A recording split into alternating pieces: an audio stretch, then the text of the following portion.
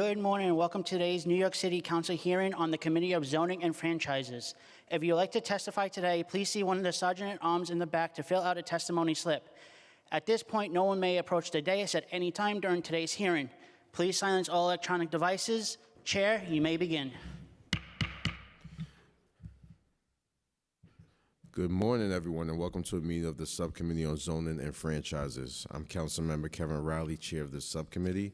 I'm joined today by committee members, Councilmember Moya, Councilmember Carr, and also joined today by Councilmember Hudson and Councilmember Osei.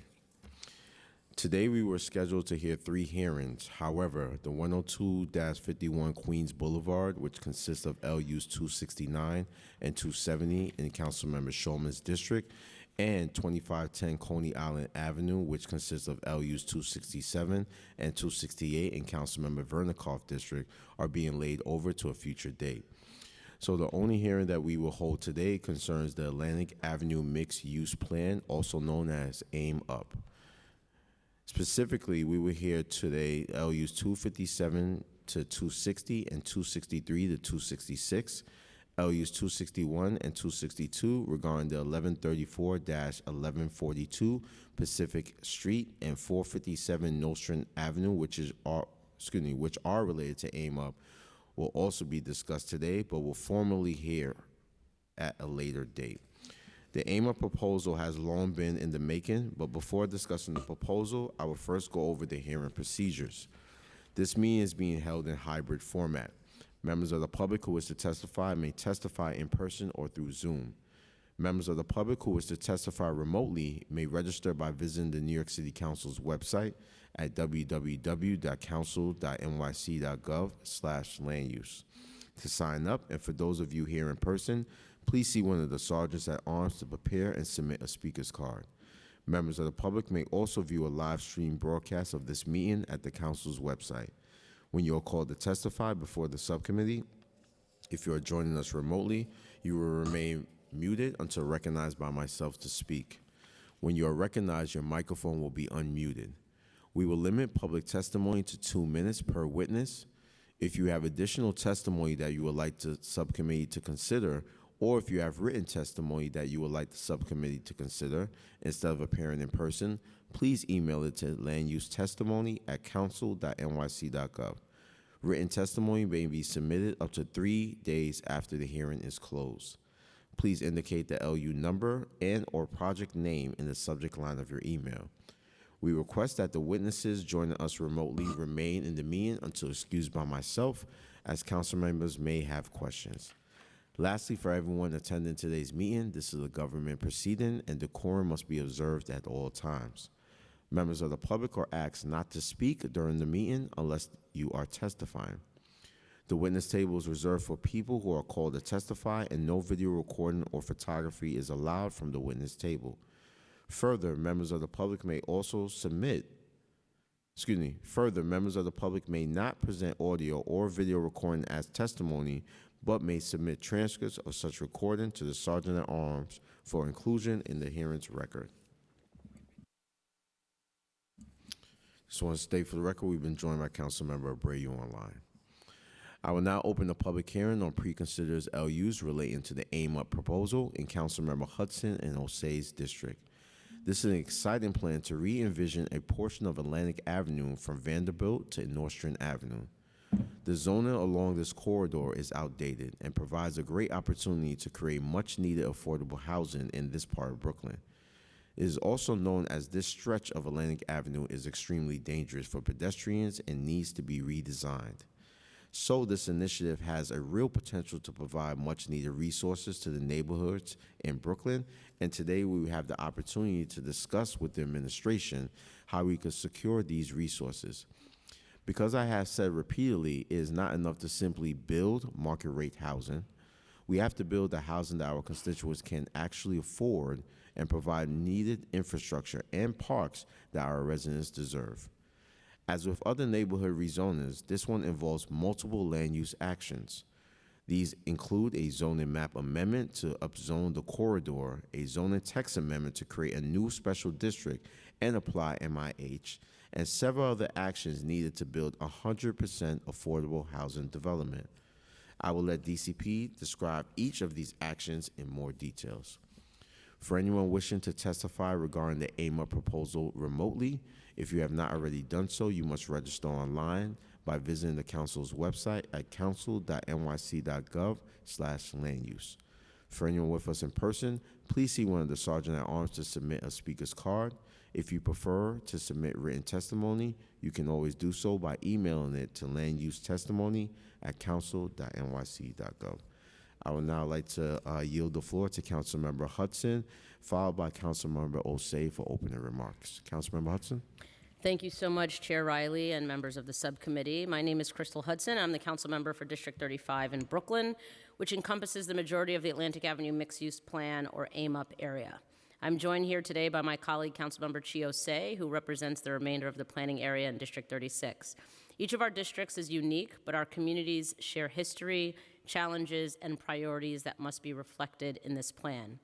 We have reached an important milestone now that this proposal is officially before the council, and I appreciate the involvement of all who have played a role in seeing us to this juncture, including community leaders, our constituents, government colleagues, and everyone else who had a hand in getting AIM-UP to this point. Now that this proposal is before the City Council, we must ensure this plan meets our constituents' needs and shines as an example of good faith planning from the bottom up. I'm grateful to the Department of City Planning for working tirelessly with me and Councilmember Osei throughout this process. Together, we hosted more than a dozen community meetings where we received feedback from constituents about their vision for Atlantic Avenue. Their expertise and support is a large part of why we're even at this point today. Despite this, I have strong concerns about this plan as it stands, and the administration will need to directly address these concerns to have my support.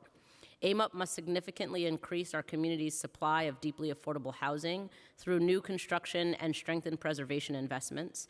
Displacement of Black families from Bed-Stuy and Crown Heights, particularly within the AIM-UP study area, is well documented. From 2000 to 2020, the Black population was cut roughly in half due to rising housing costs and race-based income inequality. AIM-UP must help to counter this trend. We must ensure that new housing generated by this rezoning is accessible to Black households who have an average household income of $48,000 per year compared to $133,000 for white households in Brooklyn Community District 8. And if trends continue, this gap will only widen. Through this process, we have identified a number of city and state-owned sites that could be redeveloped to include affordable housing, specifically the long-empty state-owned building at 1024 Fulton Street, school parking lots at the Brooklyn Adult Learning Center on Nostrand Avenue, and the School for Career Development on Claremont Avenue, and a city-owned property leased to the MTA on Atlantic Avenue. Last year, this administration ordered that city agencies review all city-owned sites for potential housing development. If we are truly serious about working to mitigate our city's housing crisis, then we need to leverage every public site available to us to achieve this goal, regardless of the challenges. We cannot lose this opportunity to create thousands of units of deeply affordable housing. And at many of these sites, there is potential to build affordable housing while also expanding and renewing facilities for other city functions, such as schools. One of AIM-UP's primary goals is to ensure a diverse and vibrant mix of uses, including space for jobs, services, local retail, community facilities, creative and cultural uses, and light industrial businesses. The nearby Special Gowanus mixed-use district utilizes zoning tools to narrowly target these uses. Yet the administration claims they are unable to include this tool with AIM-UP. I do not understand or agree with this position. My community has advocated for these incentives for years, and this is a core pillar of our plan. It is unacceptable that my colleagues and I were initially told these tools could be included, only to have DCP now change its mind. I want to make this abundantly clear. If we cannot include these zoning incentives, it will jeopardize the future of this plan. We can't claim to be doing good community planning if the community's top goals are ignored. The dynamics of inequality and displacement in central Brooklyn cannot be addressed through housing alone. The administration must commit to prioritizing equitable economic development in the AIM-UP area. This community needs a package of locally targeted policies, including job training and placement, to expand career pathways that are accessible to existing residents, including those without a college degree. There must also be support for MWBE and Black entrepreneurship and financial incentives for diverse mixed-use development. Finally, we cannot add thousands of housing units without significant infrastructure improvements, which must include a comprehensive redesign of Atlantic Avenue and separately improvements to existing open space. The administration must commit to a fully funded redesign of Atlantic Avenue from Flatbush Avenue in the west to Nostrand Avenue in the east. Additionally, the administration must look at nearby corridors that the community has identified for upgrades and improvements. This is another critical part of this plan that requires a strong commitment from the administration. Thank you again, Chair Riley, for allowing me the opportunity to make this statement on AIMUP. I look forward to the presentation, hearing from members of the community on this proposal, and working with the administration to ensure that this is a successful plan. Thank you. Thank you, Councilmember Hudson. Councilmember Osei. Thank you so much, Chair Riley and members of the subcommittee. My name is Councilmember Chi Osei, and I represent District 36 in Brooklyn. Like my colleague, Councilmember Hudson, I am here today to hear the administration's proposal for the Atlantic Avenue mixed-use plan, AIMUP. I will also address community priorities outside of the zoning proposal that must be highlighted for this plan to succeed. I share many of the concerns that Councilmember Hudson outlined in her opening statement and would like to share my own and to urge the administration to work with us to make this plan the best it can be. I need to emphasize that it is key that the administration addresses those concerns shared by Councilmember Hudson, myself, and our communities before our support is gained. I want to echo the comments of Councilmember Hudson that affordable housing is a top priority. We are in a housing crisis caused by an unacceptable shortage that impacts our city and has pushed thousands of Black residents out of their homes. This is particularly evident in my district. The administration must use all tools at its disposal to build new units to meet the ever-growing demand and new income-restricted units.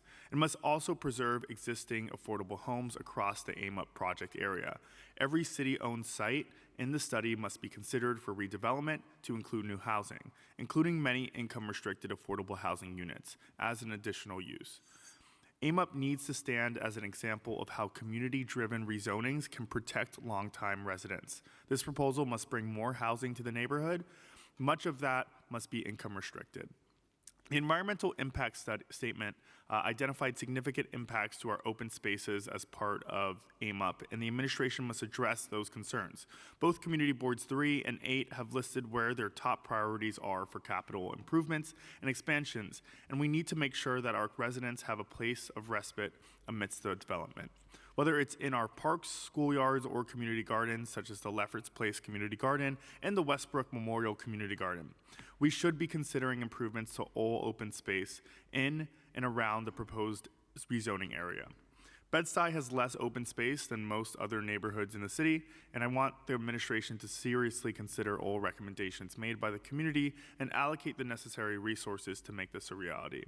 This plan is located in a transit-rich area. This is among the reasons it is a strong choice for new housing construction to address the housing shortage and relieve pressure from the limited housing supply in Bed-Stuy, which has caused costs to skyrocket and displaced our neighbors. It is also why I urge the administration and MTA to make necessary improvements to infrastructure and aesthetics, particularly in the area of the Franklin Avenue shuttle station at Fulton Street.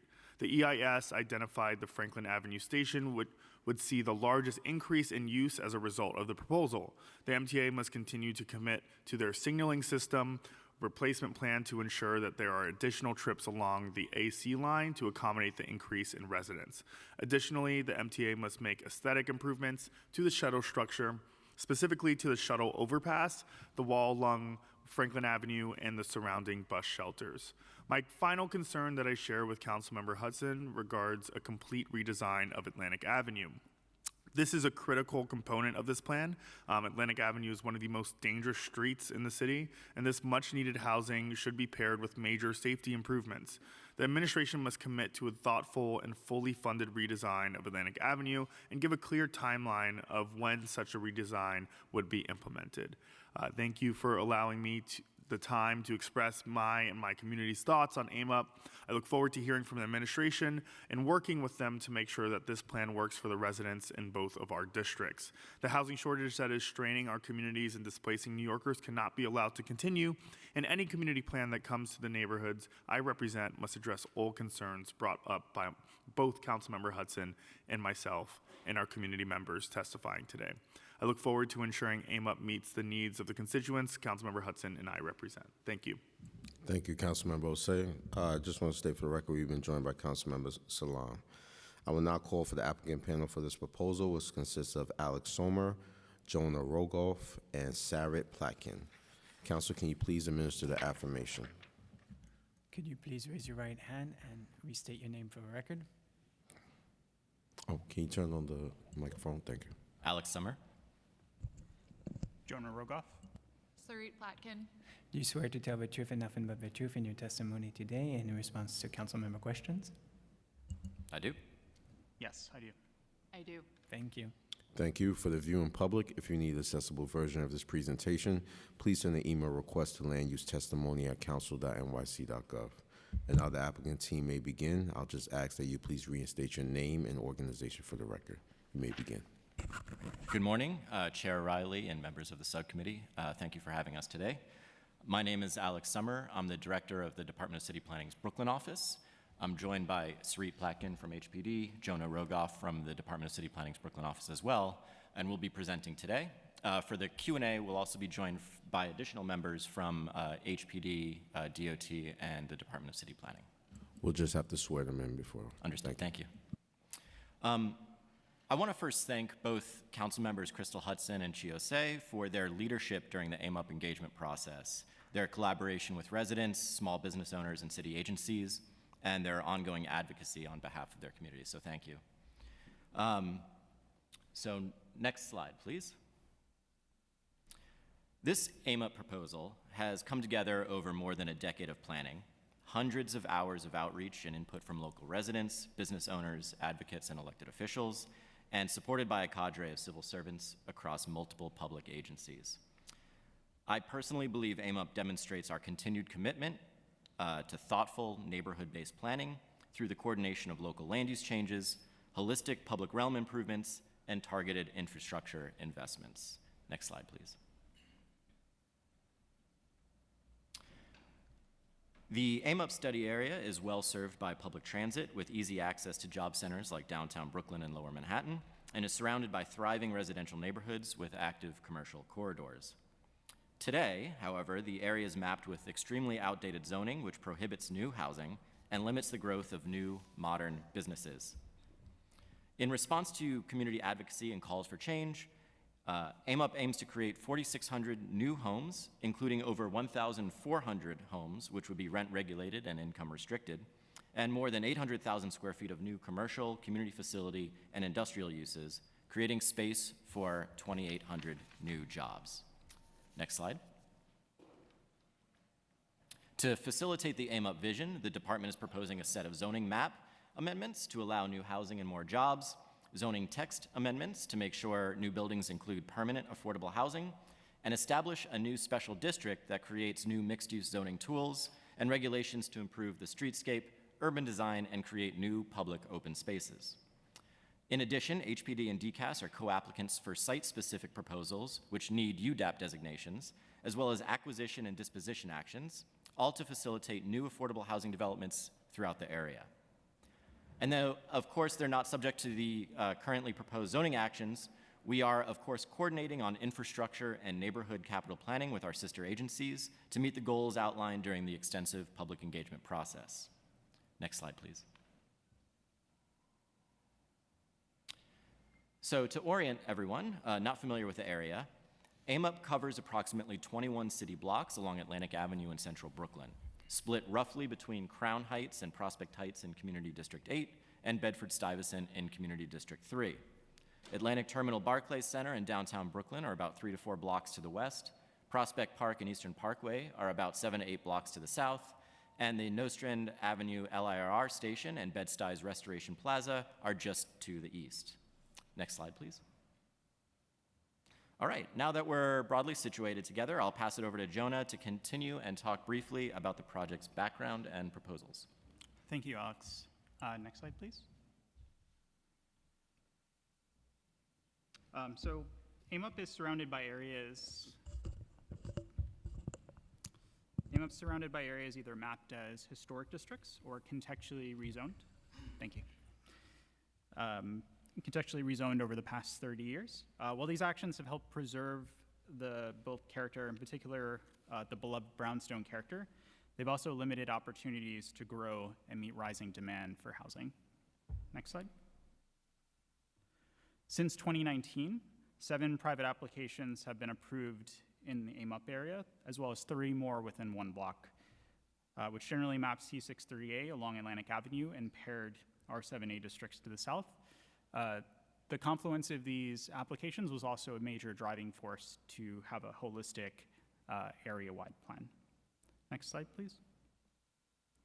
After the 2013 Crown Heights West rezoning, Community Board 8 led an effort called M-Crown to re-envision the area with a proposal in 2015 to support housing with requirements for light industrial and community facility space.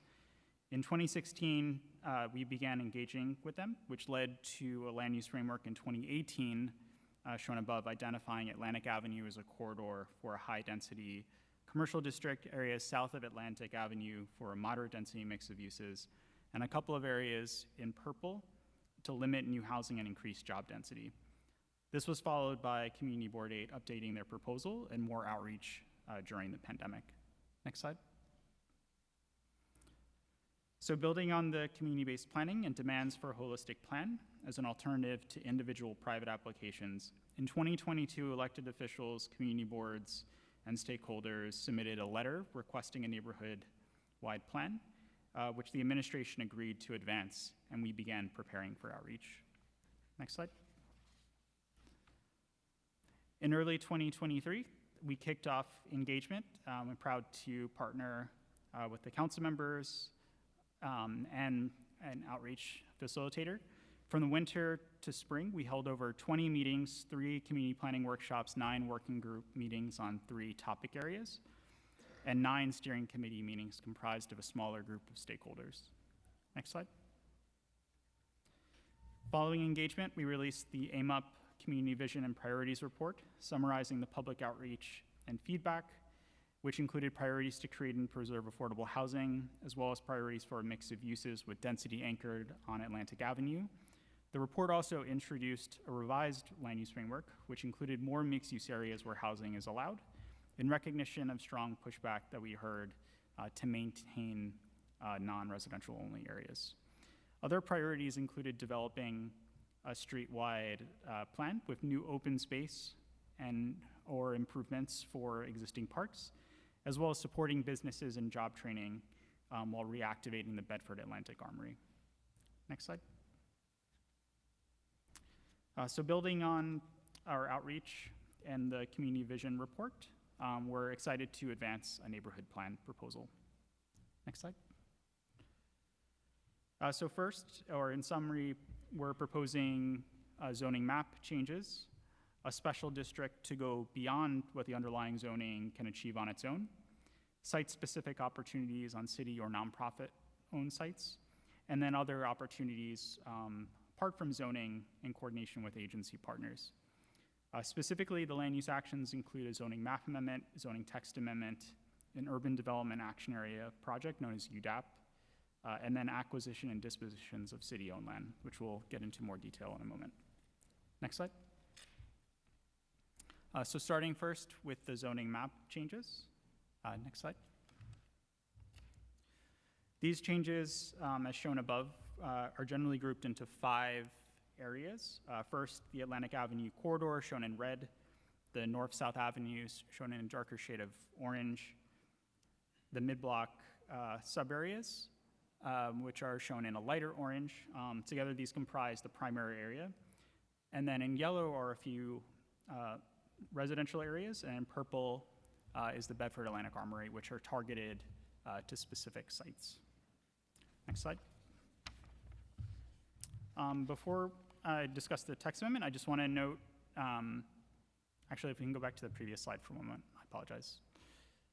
We propose to concentrate the tallest and most dense buildings along Atlantic Avenue, being a 120-foot wide corridor, while stepping down in height and FAR to the south in the R7D and R6A areas. And then in 2 non-contiguous areas, we propose zoning map changes to increase opportunities for housing and other community facilities on city-owned lots. Next slide. So now I'll discuss the zoning text amendments. Next slide. The special district includes rules to ensure a lively streetscape along Atlantic Avenue and north-south corridors, support a mix of uses with a strong mid-block incentive for job space, and map MIH wherever residential capacity is being increased. Next slide. So along Atlantic Avenue, we're excited to share that the text amendment includes a number of urban design measures, including to set back buildings to effectively create a wider sidewalk, mandate facade articulation for larger buildings, and a public space bonus, which would be the first time we're applying outside of central Brooklyn. Next slide. As we mentioned earlier, promoting jobs and housing has been a long-standing goal, stemming from the M-Crown planning process led by the Community Board, which preceded AIM-UP. Before we highlight mixed-use strategies from our special district, we wanted to reiterate that the 2018 framework shown in the upper right included non-residential only areas to balance areas focused on jobs with areas focused on housing. During the 2023 outreach process, we heard strong pushback about keeping these areas non-residential only and revised the framework, which led to treating both mid-block geographies similarly and under a new mixed-use approach. Next slide. So first, to achieve a mix of uses, we propose to require non-residential ground floors along Atlantic Avenue and other corridors running north to south. Next slide. And then in the mid-block or M12A paired areas with R6A, we're proposing a new innovative tool to incentivize 1.1 FAR, or 1 to 2 floors of space for jobs in mixed-use buildings. Together with the ground floor requirement on corridors, we believe we're going above and beyond to either require or incentivize a mix of uses across the entire area, which we estimate will produce 2,800 new jobs. Next. So lastly, we're taking an extra step to promote a mix of uses by increasing opportunities to safely mix light industrial and residential in the same building or side by side, which zoning currently does not permit. Under the proposal, buildings seeking to mix these uses can apply for a certification requiring physical design controls to ensure air quality, noise, hazardous materials, and other environmental measures are met. Next slide. And now I'll pass it over to Sarit to discuss the public sites and affordability goals. Thanks, Jonah. Next slide, please.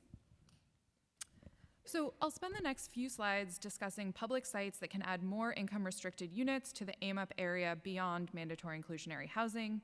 HPD is pursuing land use actions for 5 public sites, which I'll discuss in more detail. In addition to those sites, during public review, the city collaborated with the Empire State Development Corporation and local elected officials to advance a project at 1024 Fulton Street, a state-owned site. Empire State Development has started public outreach to redevelop the site for affordable housing, which is intended to occur through a general project plan or GPP process. Next slide. At 542 Dean Street, we seek to facilitate the development of 151 affordable homes for older New Yorkers earning up to 50% of the area median income. We will also provide on-site social services, a separate community facility space, and 6,500 square feet of new publicly accessible open space. Next slide.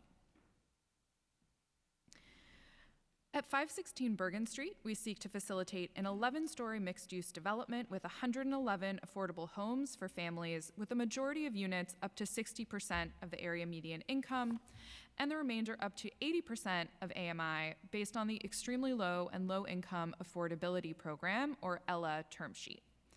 The proposal also includes a 5,000 square foot multi-purpose community center and 23 replacement parking spaces in the cellar for HPD to continue storing inspection vehicles on site. An urban development action area plan is proposed to facilitate both projects, along with an acquisition action for the Bergen Street project to allow HPD to keep a portion for the site of the site for vehicles in the cellar. Next slide.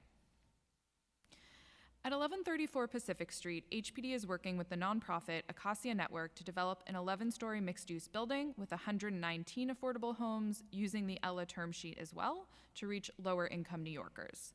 To facilitate the proposal, AIMUP included acquisition and Article 11 disposition actions to allow HPD to remove a previously approved deed restriction from a previously approved UDAP.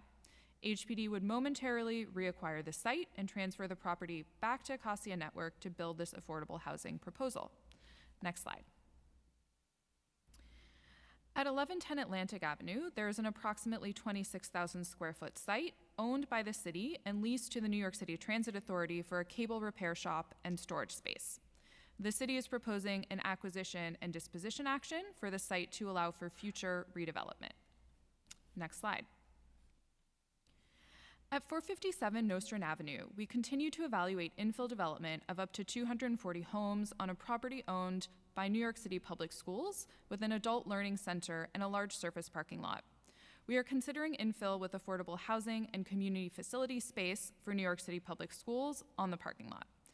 To facilitate a future redevelopment, we're proposing an Article 11 disposition of city-owned property, which is also coming before City Council. Next slide, please. Preserving affordability and preventing displacement and harassment are major goals of the AIMUP plan. Here, we want to highlight some key tenant protection initiatives. The first is Partners in Preservation, HPD's new anti-displacement program, which funds local central Brooklyn community-based organizations to combat landlord harassment and support tenant organizing and coalition building in rent-regulated and at-risk buildings. This is a $3 million three-year commitment that began in fall of 2024. There has also been a big call for legal services to hold landlords accountable. The Anti-Harassment Tenant Protection Program, or AHTP, has $7 million of restored legal services funding to address housing violations, harassment, eviction proceedings, and affirmative cases.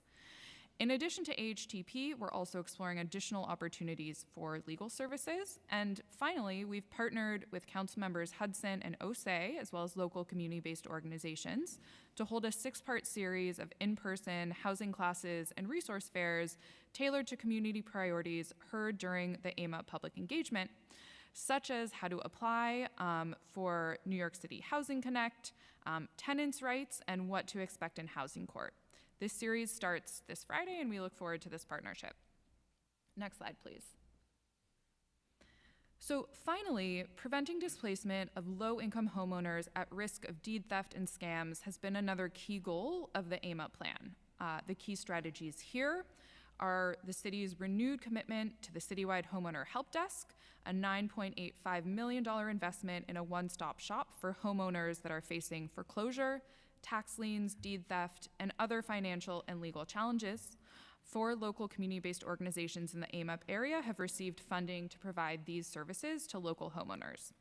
We also recently relaunched the Home Fix 2.0 program that offers low or no interest home repair loans for up to 450 households per year. And lastly, we hold events and classes for homeowners, and as part of the upcoming Spring 2025 series that was mentioned earlier, we'll have a class about deed theft as well as a class about navigating homeownership. I'll turn it back to Alex.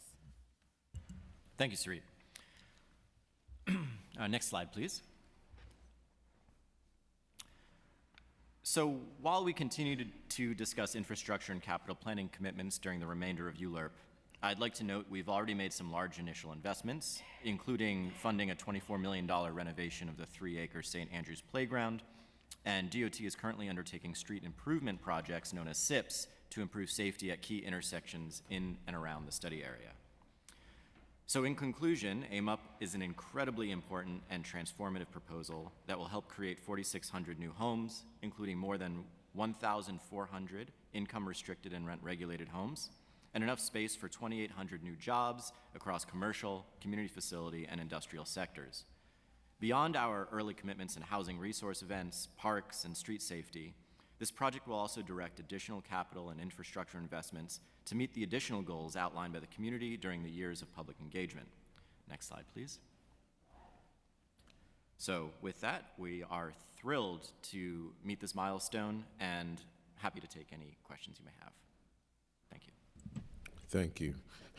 I'm just going to ask a few questions before I turn it over to Councilmember Hudson and Osei and see if any other members of the subcommittee have any questions. So the top priority I've heard from community and council members for this plan is to increase the amount of deeply affordable housing. The proposal identifies several public sites for 100% affordable housing developments. How confident is the administration that these sites will be developed with 100% affordable housing while also accommodating the needs of the agencies currently using this site? Thank you for that question. I'll pass it over to Sarit from HPD. Thank you so much for that question, Chair Riley. So, to just jump in, quickly recapping, we mentioned this multiple times. There, of the 4,600 units or new homes, 1,400 we're expecting to be affordable. Of course, the best tool that we have to create affordable housing in this area is mandatory inclusionary housing on private sites. We are looking very closely at public sites as well.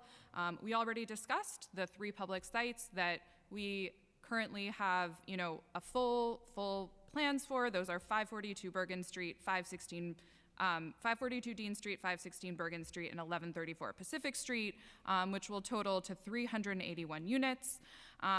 Beyond those sites, we are looking very closely at additional sites, including the ones that we mentioned we have additional land use actions for.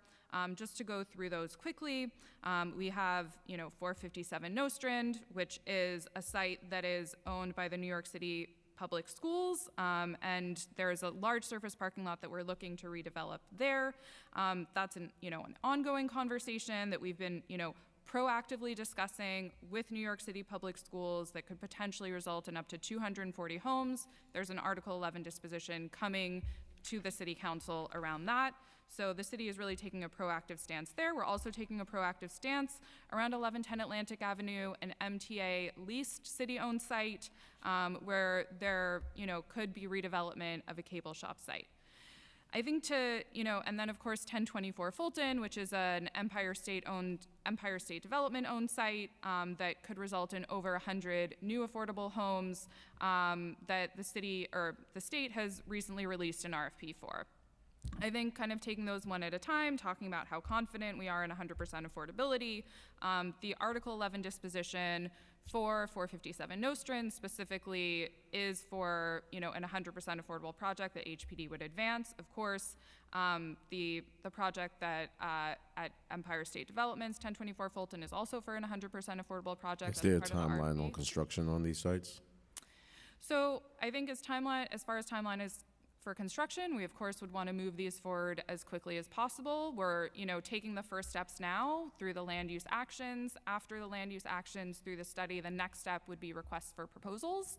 So request for proposal would be, of course, seeking a developer. There would also potentially be additional public engagement to really fine tune and develop the more detailed programming for the site. We have high-level goals, but we would really want to work more closely with the local council members and community to make sure we're, developing the right, ground floor programming, affordability mix, et cetera. Thank you. The borough president expressed concerns in his recommendation about the displacement of industrial and manufacturing businesses in this area after the rezoning. Are there any incentives that the administration is proposing to maintain these types of businesses and jobs? So I'll take the first part of that question. I'll pass it over to you, Jonah, to clarify. So that's right. I want to acknowledge the environmental review did identify some potential displacement of existing businesses in the area.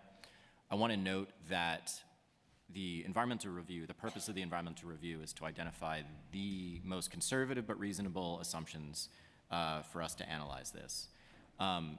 Just noting, so for example, it's really a snapshot in time. We've gone through and at least 20% of the businesses that were identified to be potentially displaced, we think have already relocated, or the ownerships of those businesses have said they have no intention of leaving. So we think that's a relatively even lower number. I do want to note that in the FEIS, we identified actually a growth of net jobs and a growth of net businesses as well. About 820,000 square feet of new job space for commercial, community facility, and industrial, to about 2,800 new jobs. So that in of itself, the zoning would produce 3 times more jobs than currently exist within the study area today. But to the point about risk of displacement of existing businesses, and also very importantly, how we attract local businesses and MWB owners to come to the new rezoned area that has all this new space being created, we are working with small business services to identify both existing programs and ones that were outlined in the community priorities report. Are you providing relocation assistance? So we're working with SBS. We're identifying lessons learned in places like Jerome and Gowanus, where we have kind of found some kind of miscues in how we've been able to allocate those resources to businesses that are most in need. So for example, ensuring that they're not going to like a gas station, like a corporate gas station or something. So we're trying to work through with SBS on how to update those tools and focusing on like relocation assistance, a point person. Typically, do businesses take advantage of the relocation services that you guys ask for from past rezoning plans? It's very difficult. There's a lot of restrictions on who and how they can access that. And so over the last 2 neighborhood studies, I think we've identified some pitfalls with that program, and that's what we're trying to readjust through this. Okay. Yeah. Love to hear more about that. The environmental review identifies significant impacts to open space, and this neighborhood already lacks parks. You have proposed a floor area bonus to encourage new publicly accessible open space. How many sites do you project will use this bonus, and how much open space do you think they will create? So, yeah, this is actually a really innovative tool. We've applied the public plaza bonus primarily in traditional central business districts. So this is really our first attempt to apply it to a more residential or mixed-use neighborhood. So we're really only applying it to the Atlantic Avenue corridor at this point in time. Similar bonus incentive, it's a 20% increase in floor area, and it can only apply to large sites over 25,000 square feet or larger. In exchange for that bonus, the property owner has to meet certain design requirements related to greening and planting, seating, lighting, and permanent maintenance and operations agreements so that the space is functional and accessible in perpetuity. I don't know, Jonah, if you have information on how many sites we've identified that would take advantage of that, or is that something that we can get back to Chair on? We can get back to you to confirm, but I believe it's a smaller number. It's roughly 6 to 8. And I just want to clarify too that this would only apply along Atlantic Avenue within the R9A areas. So it's a relatively small set of properties, but we can confirm the exact number. Okay. Is there any plan on pushing for an increase of open space in this area? I mean, I'm not from Brooklyn, but my wife is. I'm very familiar with this area, and it's very dangerous over there, and it's very dark over there. So I think allowing open space over there will be very beneficial if you're trying to increase density in the area as well. And I'm pretty sure the council members are going to be advocating for that as well. So just want to highlight, if there's any way to push for more open space in that area, I think we should be creative and try to figure out those ways. Absolutely, and agree, and we're working on that with Parks and DOT, as well as expansion of the schoolyards to playgrounds program. Thank you. That goes into my next question. What are the commitments and timelines for renovation and expansion of existing parks and open space in the area? So I'll provide a high-level discussion about the commitments, and if you want to talk more about the parks improvements and DOT plazas. So as part of this process, and one of the benefits of doing this neighborhood holistic planning approach is that we get to work very closely with our sister agencies, our partner agencies. Where we can't identify new open spaces, we'll work with Parks and DOT to identify places that need significant improvements or renovations, and add things like restrooms or stormwater improvements, new playground and play equipment, as well as expansions of places where we can take some either street back or property, like with the Public Plaza program. So right now, we've taken all of the community engagement priorities report, identified a list of plazas and parks that the community has identified as priorities, and we're going through them right now with our sister agencies. And over the next couple of weeks, through the remainder of ULURP, we'll start working through allocating funds to those through the eventual points of agreement. Thank you. Jonah, do you have anything you want to add to that? I'll just say we look forward to working with the council members as we kind of flesh out their priorities for parks. I think we already know from hearing from the community that there are certain parks within the area, like John Hancock Playground, Potomac Playground, Dean Playground, that are high priorities. And so we're taking a close look at what are these specific improvements for those parks, as well as kind of all the others. And then I'll just reiterate too, we're excited about the $24 million investment in St. Andrews Playground, which is one of the largest parks within the area that serve both Crown Heights and Bed-Stuy.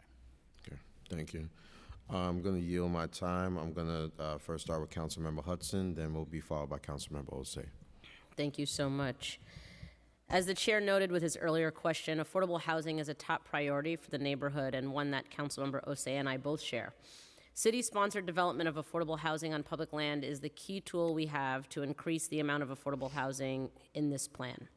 The council and community stakeholders, including CB8, have identified numerous city-owned sites, such as school parking lots, that could be ideal for redevelopment with both affordable housing and expanded city services like school space. Yet right now, the administration is only committing to affordable development on 3 public sites with less than 400 units in total. These commitments are lacking despite the mayor's recent Executive Order 43 demanding that city agencies help address the housing crisis and review their properties to identify city-owned sites for affordable development. How are DCP and HPD working with the administration, DOE, MTA, and any other agencies to unlock additional public sites for affordable housing? I know you've already addressed the ones that you're already working with, but can you just talk a little bit about other sites, including 510 Claremont Avenue? Absolutely, and thank you for that question, council member. So yeah, building on what we discussed earlier, of course, the 3 are already committed sites. We discussed 457 Nostrand, where we're advancing in Article 11 for up to 240 homes on the large surface parking lot at the Brooklyn Adult Learning Center. So that is, concretely moving forward. As well as 1024 Fulton, which just released an RFP and is concretely, moving forward. 1110 Atlantic Avenue, which is leased by the New York City Transit Authority, is another site where we've been working closely with our partners at the state to advance redevelopment plans and really kind of think through what would be possible. That's why we have a land use action in the rezoning plan for the site. We are taking those concrete steps and, hoping to flesh out that vision. Let me just rephrase. Those are all sites that you're already working on that you've mentioned in your testimony. I'm asking about additional sites that have been identified as city-owned property that have not yet been committed to by the administration. Can you share details on where things are with those? Absolutely. Thank you. So I think you mentioned 510 Claremont before. Happy to discuss that. So, this is a site that, of course, the council, you and Councilmember Osei have expressed, strong interest in seeing redeveloped. In response to that request, we included that site in the environmental impact statement to analyze feasibility, which would allow us to streamline that site for future redevelopment. So we've been, proactively taking those steps. It's not being rezoned, but that does clear the way for potential future redevelopment. I think in addition to that, would, note that we are working with New York City Public Schools. This is, a large site. It also has a sensitive population. Given those factors, it's much more challenging and more complex to plan for redevelopment than some of the other sites that we mentioned before. That means that it's taking kind of a more deliberate approach, but we are taking those steps, working with New York City Public Schools to, assess the feasibility of relocation here, as well as with SCA. So we're assessing the feasibility of relocation. That's kind of like the primary focus right now. And then also look forward to the engagement that I know you all have been doing with New York City Public Schools and, the public outreach that's planned to really make sure that we are sharing a vision with public stakeholders, local communities, and understand how local residents think that this might affect them as well. Thank you for that. I do want to just state for the record, Councilmember Osei and I have been very clear that we are interested in collaboration and partnering with the administration on redeveloping these sites. We have no interest in adversely impacting sensitive communities within the Department of Education, but I do think if we can work together to find a way to mitigate those impacts and build more affordable housing, particularly including for the families whose students might be attending those schools, then that's certainly a goal that I think we all share. And so can you just share what feasibility of location means and what that looks like, and what are those steps specifically that you're taking? Yeah, so thanks for that question, asking a little bit more about that. Essentially, as noted, that this is a very large site, has active uses on site. Potentially relocating those uses from the site could, be challenging. We're looking for alternate sites for those school facility uses in the nearby area. That could mean locating them on another city-owned site. It could mean acquiring a site. All of this requires a lot of time and due diligence and potentially cost, and there's a lot to assess to consider the overall, project scope and timeline. And there is, yeah, sure. If I could just add to that, we're working closely with the administration to look through those sites and helping identify physical constraints and needs. So, for example, can it be co-located? What are the loading and access needs? Are there geographical constraints to relocating within the neighborhood? And those are all part of the considerations of any potential relocation. We've heard that there may be concerns about creating swing space, so would it have to be permanent relocation? Those are the types of things that we're working through. And exactly like you said, we want to be as collaborative as possible for identifying the site for affordable housing. Thank you. And I do want to also note there's a parking lot adjacent to the school, so hopefully there are also you're also exploring opportunities to potentially build maybe just on the parking lot and not also on the school facility, should that be of particular concern. Can you share some of the restraints on these public sites that have so far made it difficult to make the commitments? Is there anything outside of, outside of this location, number one, and then number two, outside of the specific constraints regarding this sensitive school population? Are there other constraints that have made it difficult to make the commitments to building on these sites? Yeah, I think, we've discussed the constraints. I think the constraints that were just mentioned around the populations, around the site constraints, the large scale here that, this is essentially would be a long-term process to assess where these uses would go and how. I think that's really the primary constraint. Thank you. And then Community Board 8 asked for an MIH option that would provide more and deeper affordable housing than the current MIH options. Is it possible to adjust MIH in the context of neighborhood rezonings?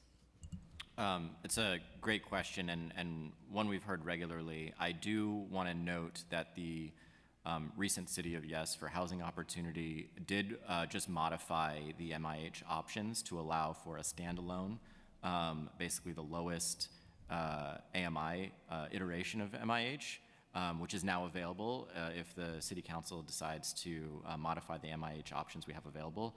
And this would really target the lowest AMIs available on a mixed income site. Jonah, I don't know if you want to add to the AMI thought process there. I would just add that we definitely recognize the challenges that you expressed around displacement of the Black population and tailoring the AMIs, and if the council decides that a 40% AMI is the most appropriate option, we follow your lead. I would just say with respect to MIH being adjusted on a local level, my understanding is that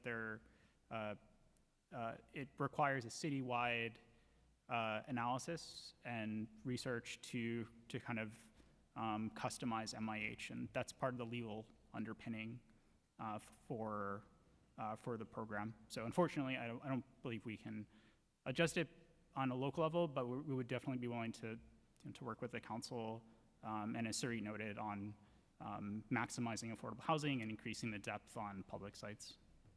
Thank you.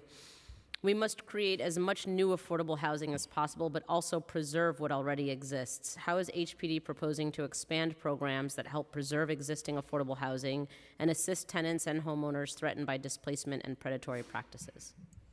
Thank you for that question, Council Member. This has been, a primary focus of ours, not just through the planning process, but also, of course, now as we are developing strategies and commitments. You may recall that during the planning process, this was, of course, the key theme that we heard, and also something that we had a dedicated public workshop on, specifically around preservation and anti-displacement, because we wanted to understand from AMUP residents what the gaps were and what we should be focused on. With all that feedback that we received, we've developed really kind of a multi-pronged approach. The first is locating the Partners in Preservation program here, which was launched in fall of 2024, which is a program that funds local community-based organizations to do community organizing, tenant organizing. It does know your rights education as well as canvassing in the local community, and also connects folks to legal services. So that's a $3 million commitment over the next 3 years. We think that's our strongest tools to really kind of keep AMUP residents in their homes. Beyond that, we of course have our education tools, which we've discussed. We have a 6-part series coming up, and then another key piece is really legal services. That's been a strong we've heard a strong call from the community around that. We're excited to share that the Anti-Harassment Tenant Protection Program has been restored, and we're also looking at additional opportunities to cite kind of more robust legal services in the area and exploring the feasibility of that right now. Thank you. Moving on to streetscape improvements. Atlantic Avenue is currently a dangerous highway that divides our communities. Throughout the process, we've heard loud and clear that the community seeks a safer Atlantic Avenue. And I'll note that this is the only stretch of Atlantic Avenue with 6 travel lanes. To the east and west, there are 4 travel lanes. Can the administration commit to a fully funded redesign of Atlantic Avenue upon the completion of a DOT study? So thank you for that question. We have a DOT representative here, Dash Henley. Would now be an appropriate time to do Q&A? Okay. Yes, so Dash, you please come up to the dais, Thank you. and I'll just swear you in.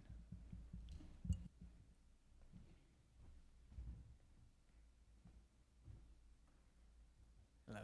Could you please raise your right hand and state your name for the record? Dash Henley, DOT. You swear to tell the truth and nothing but the truth in your testimony today and in response to council member questions? Yes. Thank you. Okay, happy to repeat. Should I? No, I think that's fine. I think, DOT is committed to looking at this as a whole corridor, and we're committed to, working with you, DCP, to figuring out what we can do on this corridor, and agree that this is a Vision Zero priority area. It's a senior safety area.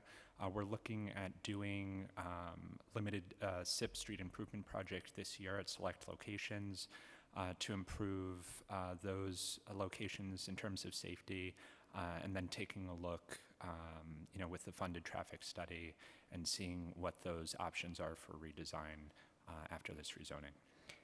Does the funded traffic study include a fully funded redesign of Atlantic Avenue upon the completion of said study?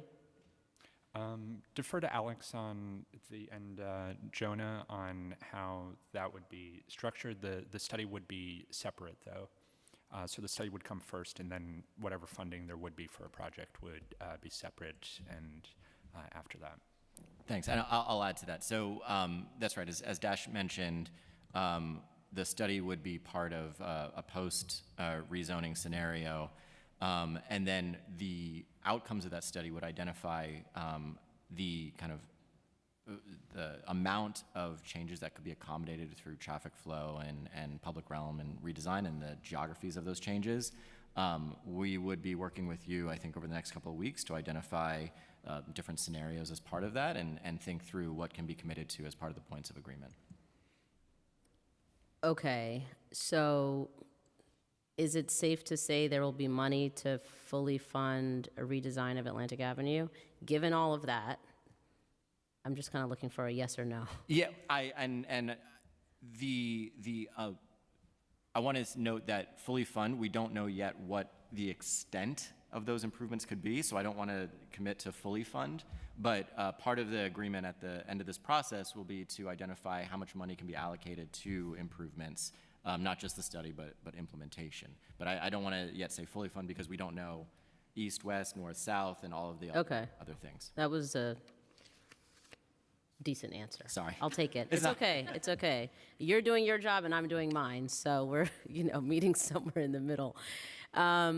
What would a timeline for a redesign look like, and are we able to commit to a timeline?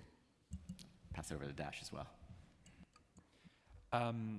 That depends on a few factors. I think, depending on the timing of the funding of the study itself, the study would probably be about 18 months, looking at, the traffic in the corridor, potential, everything that's going on there, taking into account community needs, the nature of Atlantic Avenue as a truck route, all of those issues at Long Island Railroad underneath their infrastructure, taking into account all of that. That would follow by design and transferring it over to DDC and construction. So the timeline is, and we can figure out more details over the coming weeks, but it could be anywhere from 7 to 10 years to be the fully funded You went from 18 months to 7 to 10 years? The 18 months would be the traffic study. Yeah. 7 to 10 years is like a bit ridiculous. I mean, is there any way to expedite that? Is that a standard timeline for a redesign of this scope? Let me start there. It depends on the nature of the scope because we don't really have a fully, agreed upon geographic area or anything like that. So it depends anywhere between 6 and 10 years for a large scale capital project. So just to be clear, that is standard. Yes. 6 to 10 years for a large scale capital project. But I will say that, it's just one of the components that we're looking at as part of commitments to this rezoning of, we're looking at improvements like we had discussed separately for short-term projects that we can do with existing resources that wouldn't require capital dollars. So the traffic study would inform those projects, but we're looking at advancing projects sooner, such as Underhill and Lowry Plaza, which is already in the works with construction expected to be in 2027. We're also looking at options that we can do to improve Bergen, Dean, some of the streets south of Atlantic on a quicker timeline. Okay. So our general thinking is that we'll have a series of projects both in-house and capital that will be staggered over the next decade. Okay, let me just ask city planning this question. With a rezoning like this one, what is your estimated timeline? And I know it's just speculative. What is your estimated timeline for when some of the first housing might be built? It's a great question. So for the purposes of our environmental review, we generally estimate 10 to 15 years for a conservative build out. I will note in full disclosure, right, that it is somewhat dependent on sometimes, for example, 421A deadlines, right? So Gowanus, we saw construction happen faster because people were trying to get in the ground quicker to meet those deadlines. But with 485X, I think developers are still trying to feel out what the implications are. So I think a fair conservative estimate is we will likely see development start immediately after a rezoning. But all those sites will not be developed. They will be developed over a course of like 10 to 15 years. Okay. So I guess according to that, a 7 to 10 or 6 to 10 year timeline for the streets would potentially be in line with housing development. Although I would argue, nothing should take quite that long, especially this isn't like the entirety of Atlantic Avenue. This is just a very relatively small, I wouldn't say very, but a relatively small corridor. And it is important, obviously, for us to take into account the timeline for potential housing development. If we're building the units and the people are coming, but we're not investing in the infrastructure until years after that, then it sort of doesn't really make sense. Are there similar street redesigns from the past that we can draw parallels from, in your opinion? We have been looking at a little bit right now, but I think the traffic study is really going to inform some of that and some of those comparisons. I know we have been looking at examples such as 4th Avenue, Queens Boulevard, that sort of thing, where there are parallels in terms of large corridors, changes in land use, truck routes, that sort of thing, to sort of have those similarities.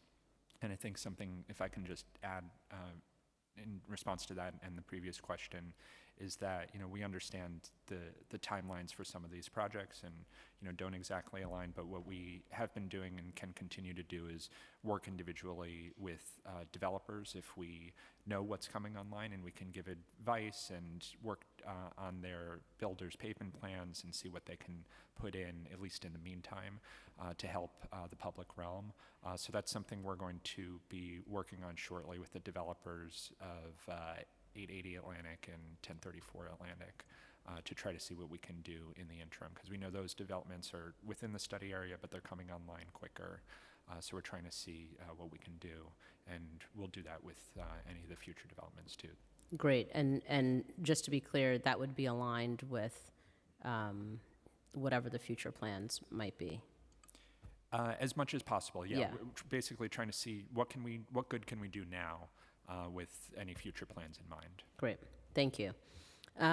The special district text currently proposes a zoning incentive for mixed-use buildings in the mid-blocks south of Atlantic Avenue. However, this incentive would allow nearly any kind of non-residential space, including retail and office space. Community Board 8 has clearly asked for many years for a more targeted incentive to help maintain space for the kinds of light industrial and arts businesses that currently exist in the M zone, similar to how DCP designed such an incentive in the Gowanus neighborhood plan. Considering how clear this community input has been, why did DCP not design the AIM-UP incentive to be more like the Gowanus mix incentive? Does community input really matter to DCP? Thank you for that question, and I completely concur. Community Board 8 in particular has been nothing but clear on their request for something akin to the Gowanus mix, which is an arts industrial incentive tool. I want to note the Department of City Planning fully supports the goal of creating and maintaining a mixed-use neighborhood as part of the AIM-UP. And I'd like to briefly walk through some of the thought process and the policy decision-making here, because through the decade of planning, we've actually gone back and forth on different tools. So I just want to highlight some of that, and then I'll pass it over to Jonah to explain how the existing mechanisms are intended to work. The area has been zoned for M1 use since 1961. It allows the full gamut of uses today: retail, community facility, industrial. But even under that situation, there has been limited new development, even of retail and community facility. One of the impetuses for engaging with the department originally in 2013 was because there was a significant number of vacancies. And so that goes into our thinking about existing market conditions. Fast forward to 2017, 2018, we actually undertook a citywide study and used the Crown Heights neighborhood here as a test case. We published a report. It's online on our website. It's called Can Industrial Mixed Use Buildings Work? This informed the application of using zoning to enforce new mixed industrial or residential or industrial office development. When we looked at the Crown Heights area, there was a couple of things that popped out in the report. First off, the Can Industrial Mixed Use report identified it's really important to have large sites, so 20,000 square foot or larger, with multiple street frontages, so like 2 to 3 street frontages, and kind of an existing market of non-residential uses. This is important because when you're combining industrial uses with residential, you really need to separate lobbies and cores for residents. You need to add additional environmental protections. The multiple street frontages are important because you want to have loading on one side, the residential lobby on the other. You don't want somebody with a baby stroller crossing a loading bay. And the sites in AMUP, including on the interior mid-blocks, are generally small, irregular. They maybe only have 1 or 2 frontages. So we had concerns about requiring that type of mixed use on the mid-blocks.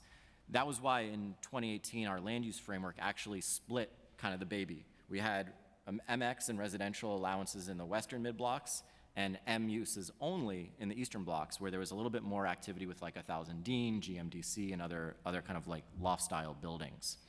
And actually, just to compare to Gowanus, that was actually the same approach we took in Gowanus with upland mid-blocks that were smaller in size. We mapped those as M-only areas. Recognizing that along the waterfront for very large sites, we did include a mix of uses with that Gowanus mix incentive program. During the outreach during 2022 and 2023, we heard a lot of pushback for having an M-only area. And so we redefined the zoning land use framework and the tools again, and that's the proposal now before you at the City Council. We created kind of 3 new tools, and I'll let Jonah explain them in detail, but the first is a non-residential requirement on avenues, and the idea there is to kind of soak up demand for retail and community facility.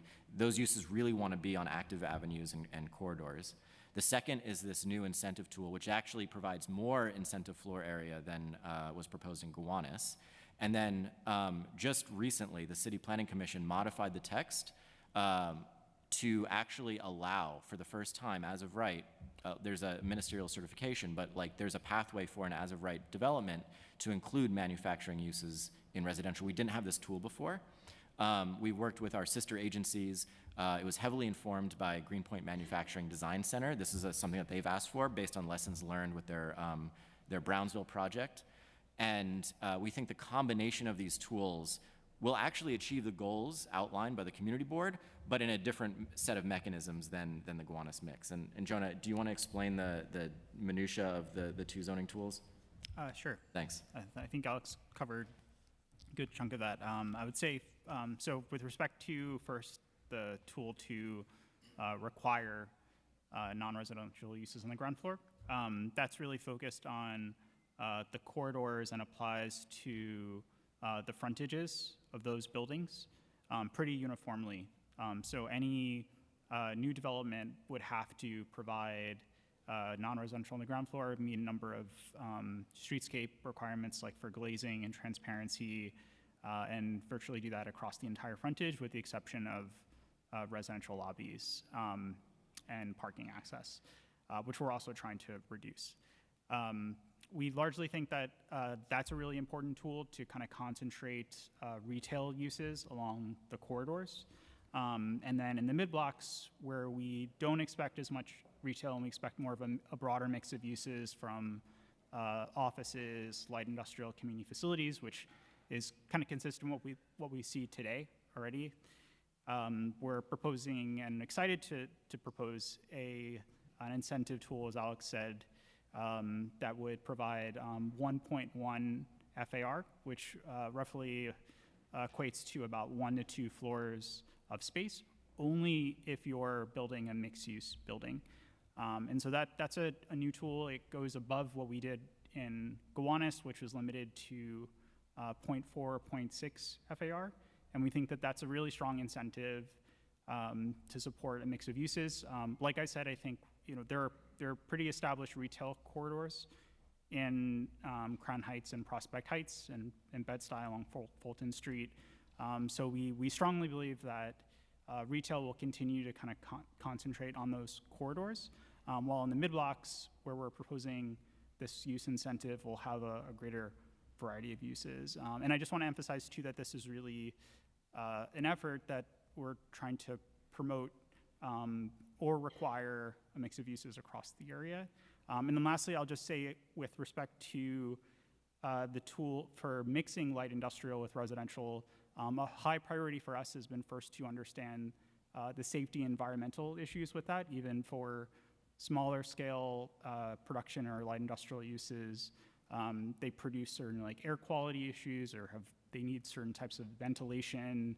And so working with other agencies like Department of Buildings, Department of Environmental Protection, Office of Environmental Remediation. I know it's a bit of an alphabet soup, but I just want to emphasize that safety has been a foremost goal for us, and so we're excited to advance that first by creating this pathway to even allow these uses to safely mix through this certification process, which ensures that if you were to mix these uses, that the owners are providing a clear site plan, that they're separating these uses effectively and safely.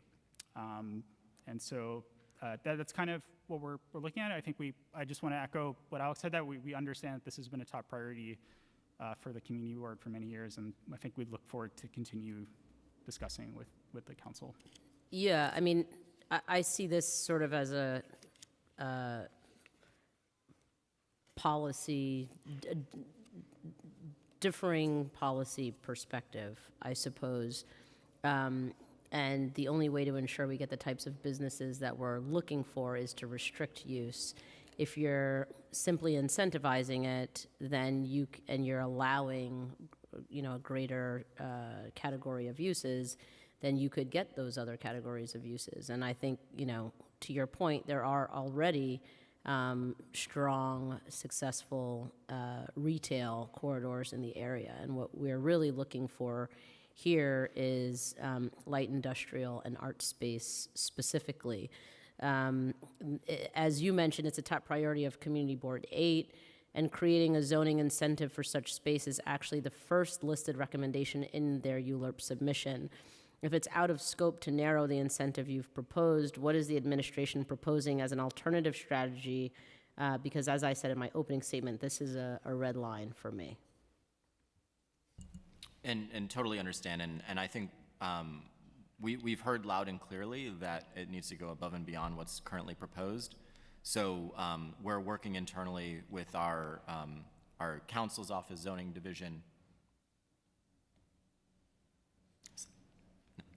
So we're working closely with our council's office and zoning division, our economic development division, and our partner agencies to understand how to move forward over the next couple of weeks on tweaking this tool further to meet somewhere where we can get across the finish line on ensuring that there's this mix of uses. Okay, I look forward to continuing the conversation. Given that this proposal could result in tens of thousands of square feet in new office, retail, and other commercial space, how does the administration propose to support these businesses and ensure that local workers can benefit from these opportunities? So it's a great question. We are working very, very closely with Small Business Services, not only on what I was mentioning before about potential relocation assistance, but also importantly supporting small businesses from the area to relocate into all of this new space. So we're working with them. They've identified things like in support of lease renewals and lease negotiation support. They've identified some points of contact within the agency that will be added to this process. And then really importantly, SBS works very closely with local organizations. And so we're working with SBS to identify what programs currently work that can be beefed up or modified, and what needs to be added through this process to really get the growth that's going to come out of this plan to provide access and equity to the residents that have lived there long before the rezoning and wanted to open up small businesses in all of these new spaces. Thank you. And then this is my last question, and I appreciate everyone's patience. The Bedford Atlantic Armory is an enormous city-owned property sitting right in the middle of this rezoning area. A portion of it is used for an important and needed shelter, but large parts of the building are underutilized. How does the administration propose activating this space for greater public benefit? No, this is a really interesting site. It provides a huge opportunity for the neighborhood. We know it came out during the community engagement process and was in the community board's recommendations to reevaluate the site. So we've been working closely with DHS to understand the current needs that they have. Obviously, and as you mentioned, this is a really important facility for them. It's very difficult to relocate. And so we've been trying to understand some of the existing physical considerations with the facility, and we're looking at ways to what needs to be studied basically in order to move forward with that site. We know that armory renovation costs can be significant, but first we need to understand what are the physical constraints of that site. Can you do swing space within that facility? And that will allow us to understand what kind of jobs or workforce or economic development activities can and should be located in that building. Great. Thank you so much. Thank you, Councilmember Hudson. Councilmember Bose. Thank you so much, Chair Riley. I would also like to echo many of Councilmember Hudson's statements, as well as some of my remarks in the beginning, that I would like to emphasize the importance of adding more public sites for 100% affordable housing development. Census data clearly shows that the 35th and 36th council districts have the most acute displacement pressures anywhere in the city, and I know that was shared from the council members' questions. The mayor's executive order 43, signed on August 2024, orders all relevant city agencies to identify potential public sites for affordable housing development. I know Councilmember Hudson spoke about the DOE site on Claremont, but what other sites have been identified so far as viable public sites for development in the AMUP area?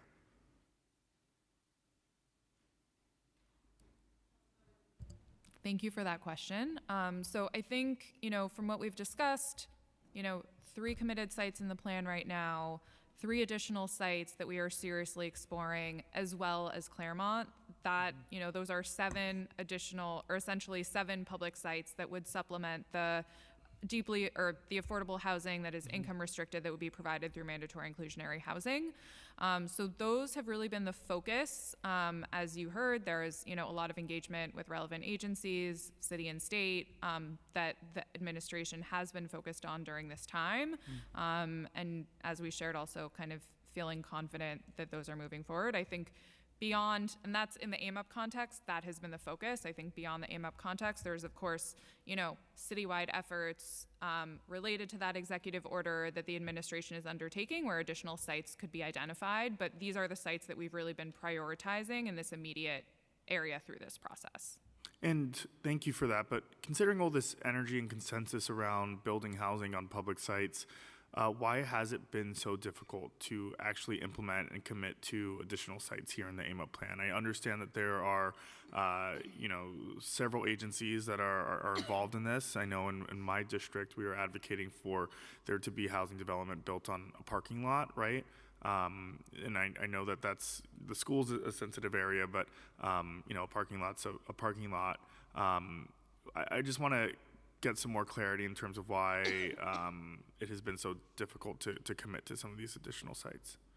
Yeah, that's a really good question. I guess I might reframe that a little bit. I don't know that I would say that it's so difficult as much as there are many components and many pieces that we're trying to assess and get right. So, on all these sites, you just mentioned this yourself, there are existing uses, existing jobs, existing livelihoods that we are accounting for and trying to potentially relocate. In the case of a site like Claremont, of course, sensitive existing uses on site. Okay. And so we're assessing all of that, and we're, like I said, these are long-term processes, and we're trying to get it right. And how is to just follow up on that answer, and I appreciate the response, but how is the admin planning to overcome those challenges, like the existing use? Understood, yeah. I think working really hard to partner with our, partner agencies at the city and state level, and, trying to get aligned and get on the same page. We are looking, especially in the coming month as this process concludes, looking to get additional clarity and look forward to continuing the conversation. Yeah, but what does that look like? Are you guys meeting consistently? What's Yes, like how, there- and then what are the pushbacks? I just want some more transparency in terms of how those conversations are going, because Sure. we've been advocating for these projects for some time now. Understood. And yes, that definitely looks like consistent meetings, feasibility analyses, trying to assess both, what's possible on site, what might be needed, and all the various steps and cost of potential relocation, and getting, a clear path forward for how the site could get redeveloped, various sites could get redeveloped. Okay. And is there potential in this phase of the plan to explore any other sites beyond the 7 prioritized sites? I think if there are additional sites that you're interested in that you want to bring to our attention, we'd be happy to take a look. Okay. Beyond new affordable housing, what are we doing to strengthen our policies to protect existing tenants and homeowners? Thank you for that question. As discussed a bit earlier, strengthening the protections for existing tenants and homeowners has been a high priority for us throughout this process. I talked before about the Partners in Preservation Program, which is our tenant organizing program that we've committed $3 million to this area for. I also want to highlight, in terms of homeowners, our homeowner help desk, which is a $10 million commitment citywide, but through that we are funding a handful of local community-based organizations to support one-on-one support for homeowners, for financial and legal counseling. This was actually a pilot that started in a few neighborhoods citywide, including Bed-Stuy. It actually came out of the Bed-Stuy neighborhood plan, so we're excited to see this program really come to fruition, get expanded citywide, recommitted and renewed, and it's something that we're happy to see in this community. Thank you. I really do appreciate hearing that there is an increased investment for legal counseling, especially for, you said for both homeowners and tenants? So want to clarify that the Partners in Preservation Program is a tenant organizing and tenant support program. It connects folks to legal services. It's not specifically a legal services program. Okay. The Homeowner Help Desk is also, it provides financial and legal counseling and advice. It's not specifically a legal services program, but beyond those two programs, which are kind of the best tools we have that have already been committed and started in fall of 2024 as we've been building out this work, we do have the Anti-Harassment and Tenant Protection Program, which was a $7 million worth of renewed legal services. And then beyond that, we are looking at additional opportunities to really build on some of the local legal services. I know you already have legal services providers, and we're looking at ways to kind of build on those. Yeah, and how are you aiming to target those services to this specific area? Because I understand that sometimes when a program is seeing an expansion or an increase in funds, sometimes it's borough-wide or city-wide efforts. But in this case, how is it going to be targeted to the communities of Bed-Stuy and Crown Heights? Yeah, that's a great question. So in the case of our tenant protection program, Partners in Preservation, we're already partnering with your offices to do this kind of education campaign in the coming months. That will be a way to kind of alert folks to the various programs and resources that we have available through housing resource fairs that will be at Medgar Evers College. We'll be having 2 of those. We also, of course, partner with local community-based organizations, both through Partners in Preservation and the Homeowner Help Desk. And so those folks are on the ground in the community, and they provide like in-person support in the local community. I think beyond that, we're also open to additional ideas of ways to kind of reach local stakeholders. So I think I'll just add, and I know Councilmember Hudson shares the sentiment that some of the most desired services that our constituencies ask for is legal representation, legal counseling, especially surrounding issues with tenants and even homeowners, right? Whether it be the tax lien sale, potential deed theft, just questions that they want to get answered by experts. Our offices are open 5 days a week, and people are consistently coming into our offices with these issues.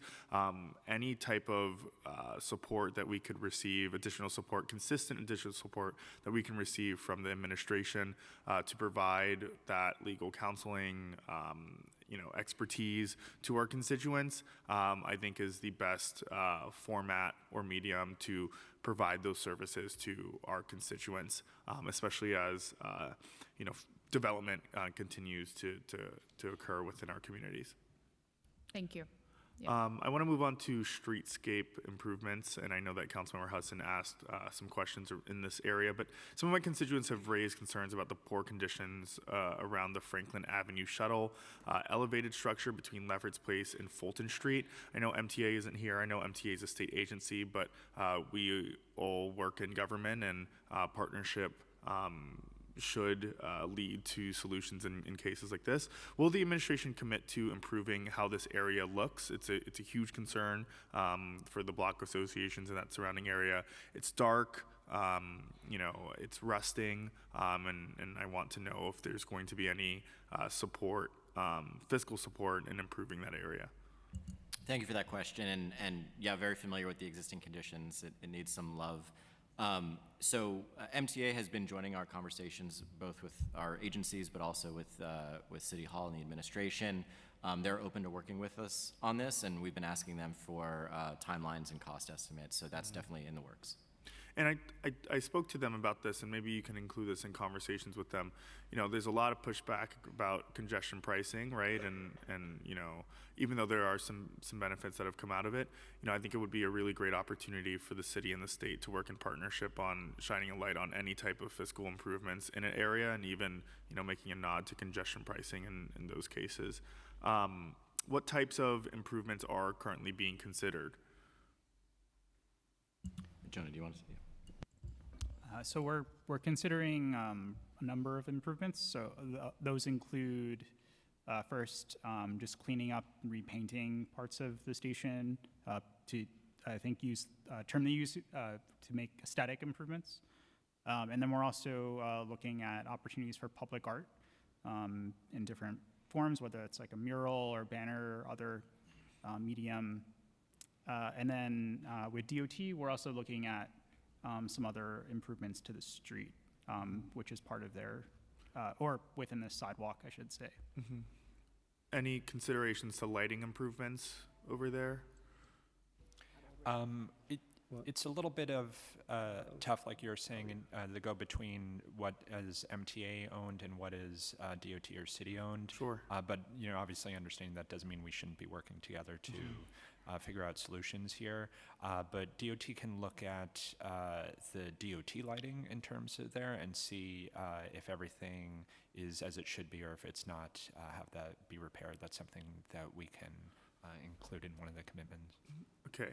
And when would residents begin seeing changes to this area?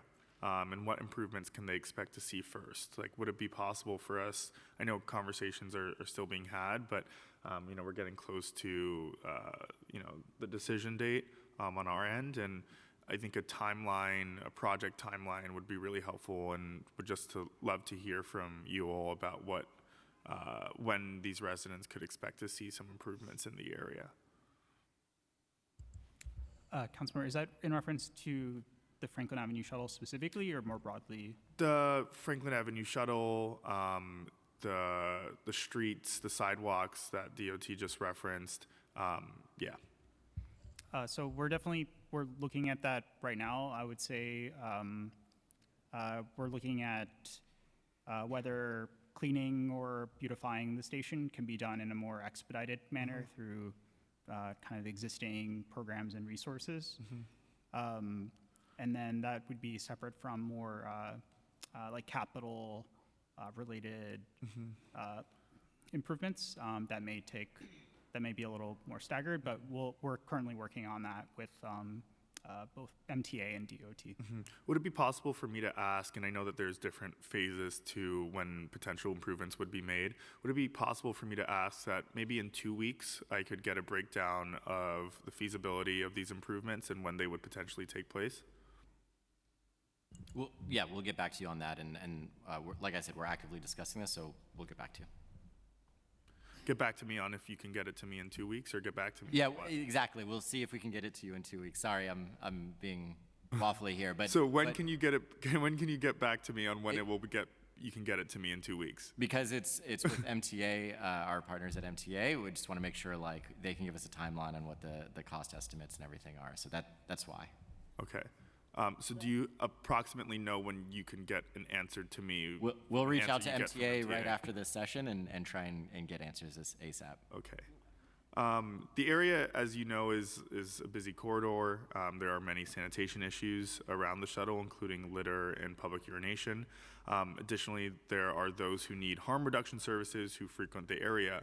What investments will the administration commit to in bringing more sanitation as well as social support services to the Franklin Avenue Station area?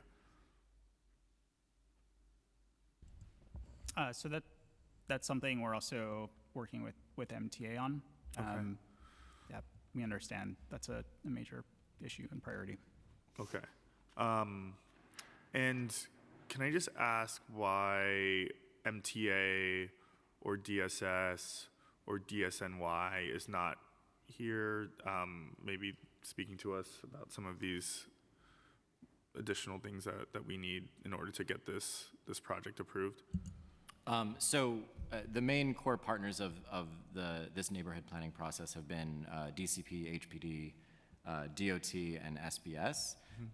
We pull MTA in, whether it's related to the MTA site on Atlantic or for these improvements, and we meet with them regularly on this. For example, so for like homeless services or social services, we have been working with them, for example, with like the Armory, and happy to take this back and figure out if there's additional things that we can include as part of our discussion in the next couple of weeks. And are there any other improvements to the AC subway line in the area that MTA can commit to that you've heard from them in your conversations?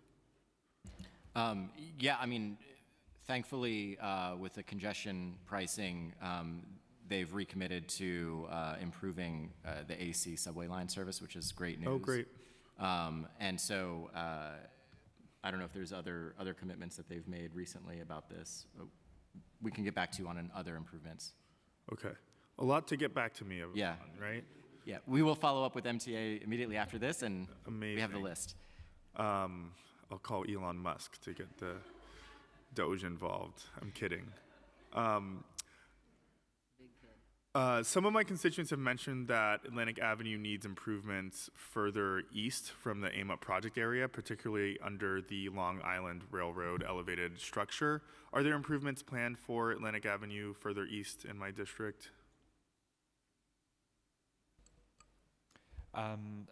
So in terms of that, I think, under the Long Island Railroad is a complicated structure, a complicated location, and all of that. I think, we are trying to look at, as part of the study, what we can do within the study area of AMUP as far east as Nostrand, and understanding that block from Bedford to Nostrand is a little wonky because the trains come up there.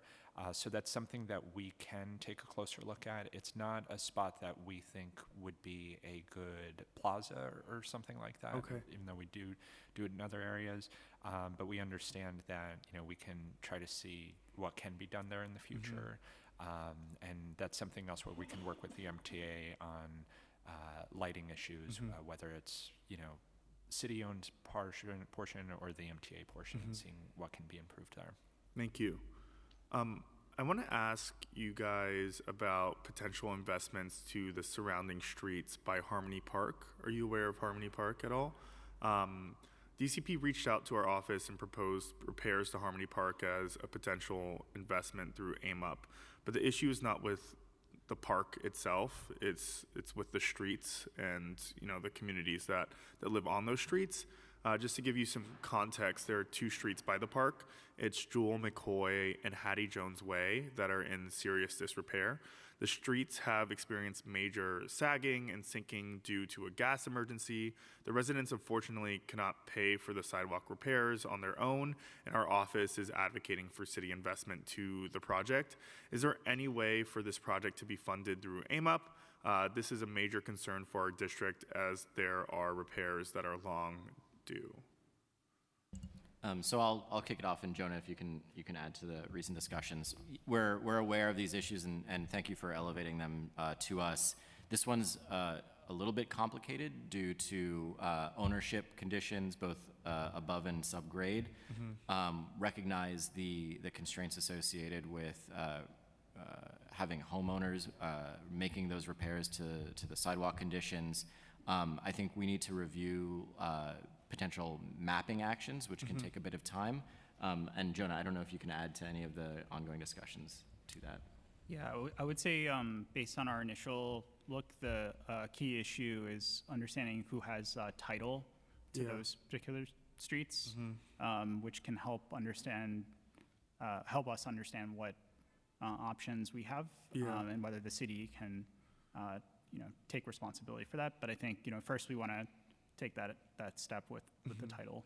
So, I've been dealing with this issue for a couple years now, and prior to AIM Up 2, and after speaking to our land use team, it is a recommendation that HPD does actually have the title to both Jewel, McCoy, and Hattie Jones Way.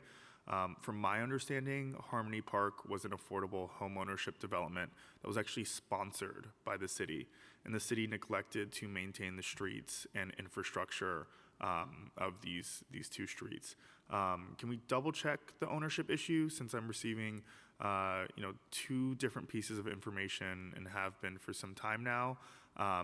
These streets haven't seen repairs in over 30 years, because the city hasn't figured out the mapping of this specific area, but they sponsored for this development to take place within the specific area. Yeah, thank you for that. And yeah, can confirm that HPD does not have title, but we are working with our colleagues at City Planning to figure out the title search piece of it. Okay. All right, well, I think I'm getting two different pieces of information in terms of who has the title. If we could all come together and figure this out, after 30-something years, I think that would be great. I want to move on to open space and gardens. As the chair mentioned, open space is a crucial part of our district, and renovations and upgrades are a top priority expressed by Community Board 3, as well as other community groups in my district. I do understand that the admin is still looking into different investments to our parks, playgrounds, and community gardens, but are there any barriers, if any, to meeting all of the tasks or all of the asks by the local community in terms of our open spaces? There is just a dearth of publicly owned sites available. First and foremost, we'd look to identify sites to build new parks or parks or open spaces in conjunction with affordable housing, where this gets back to your other question before about kind of the jigsaw puzzle of different ownerships and priorities. And so where we can accommodate new open spaces, for example, with the Dean Street project, we're trying to accommodate that. But yeah, the big limitation is ownership and the ability to acquire new sites. And so our focus has really been on investing and improving and modernizing existing open spaces, as well as thinking through expansion of schoolyards to playgrounds. And then with DOT and parks are there places we can take back pieces of streets, expanding plazas, and creating more pedestrian-friendly spaces that people can enjoy and hang out in. Well, thank you so much. I think those are all of the questions that I have today. I'm looking for a lot of follow-up from you all. Really appreciate all the work you do. Dash is a great name for someone who works for DOT. I'm sure you get that a lot. Thanks. And thank you, Chair. I'll pass it back to you. That is a dope name for someone that work at DOT. Thank you so much, Councilmember Hudson Osei, for your advocacy. I too have a neighborhood plan in my district coming along, and I look forward to this plan, looking at so much of the positivity that's coming to your community. But just want to address a comment from Councilmember Hudson. 5 to 10 years for a redesign for Atlantic Avenue is really ridiculous. I think as a city, we take too long to do a lot of these projects that we're advocating for. I know it's not you, but if you could kind of bring back this frustration to the administration, let them know it needs to be faster. There has been death that occurred on Atlantic Avenue due to it being unsafe. If you're there, it looks like Gotham City a lot of the times. It's really dark and gloomy. So please, we would like if you guys could kind of expedite that a little bit more. Yes, go ahead.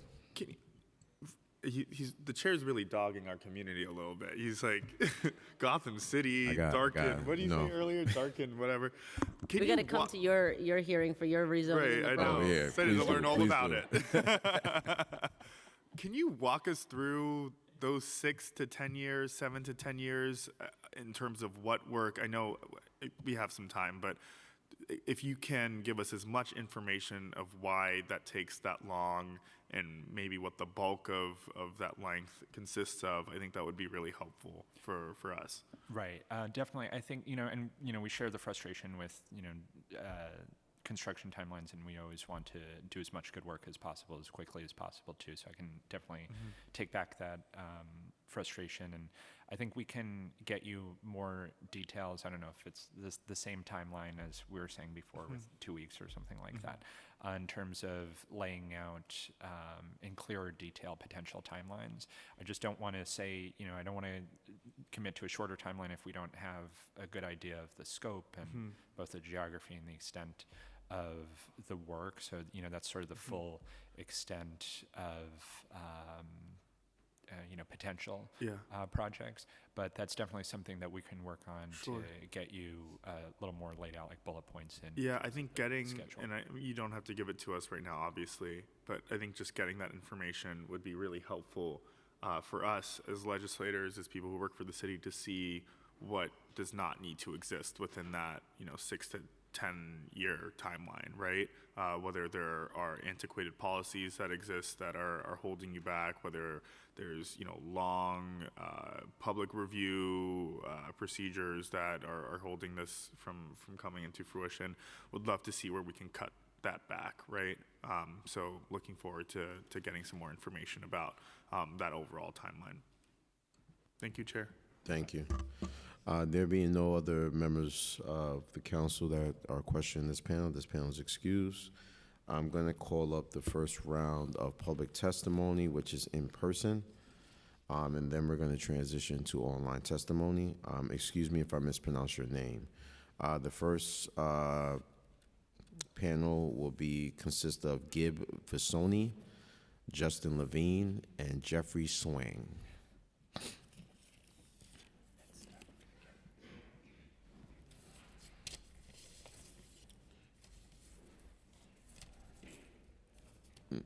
Okay, you'll be given 2 minutes to testify. We'll begin first with Gib Visoni.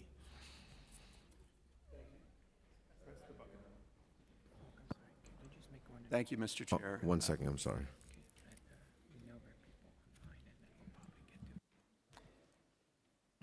All right, go ahead, Gib. Thank you, Mr. Chair. My name is Gib Visoni, and for the last 11 years as a member of Brooklyn Community Board 8, I've helped to facilitate the board's initiative to rezone the M11 district, which is the focus of the Atlantic Avenue mixed-use plan. Our goal since 2014 has been to rezone the district for residential development to cross-subsidize both affordable housing as well as light industrial space to promote accessible career path jobs for people lacking a college education. In 2018, the Department of City Planning presented the board with a zoning framework for the M-Crown district. The ULURP process was set to begin in the spring of 2020 when work was halted due to the pandemic. After the initiative was restarted as AMUP, DCP released a revised zoning framework in September 2023. It cut manufacturing space in half relative to the 2018 M-Crown framework and doubled residential space. Of greatest concern, it provided no incentives for light industrial uses, even though zoning that did exactly that had been approved as part of the Gowanus rezoning in 2021. The board was extremely disappointed with this outcome, but we were told we could expect light industrial incentives to be added to the AMUP application later in the ULURP process. Now we are within weeks of the final vote on the AMUP ULURP application, and the rezoning still lacks the use incentives that the board believes are critical to the types of jobs that can enable individuals and families to continue to afford to live in our community. I invite everyone here to consider the injustice of this situation. DCP has claimed AMUP is a community-led plan, yet will not provide the zoning that the community has sought for more than a decade. To put it bluntly, why is a zoning tool that was approved for an affluent Brooklyn community district being refused to Crown Heights, a neighborhood facing one of the highest displacement rates in New York City? And what will this behavior say to other communities who are looking to address their own needs through engaging the city in a neighborhood plan? In sum, I will say that the AMUP I therefore urge the City Council to demand industrial use incentives in AMUP as have been requested by Brooklyn Community Board 8, Borough President Reynoso, and Councilmember Hudson, whose comments I appreciate today and whose leadership I respect. Thank you for this opportunity. Thank you so much. We're going to move to Jeffrey, but before we move to Jeffrey, following this panel will be the online panel, which consists of Nicole.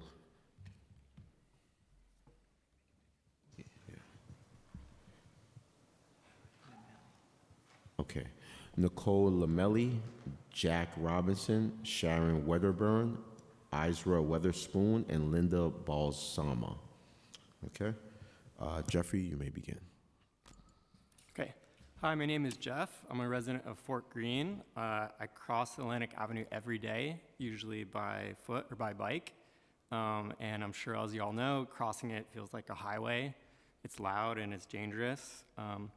Paris just passed a referendum a few days ago to close 500 streets, city streets, to cars, making way for pedestrians, cyclists, and greenery.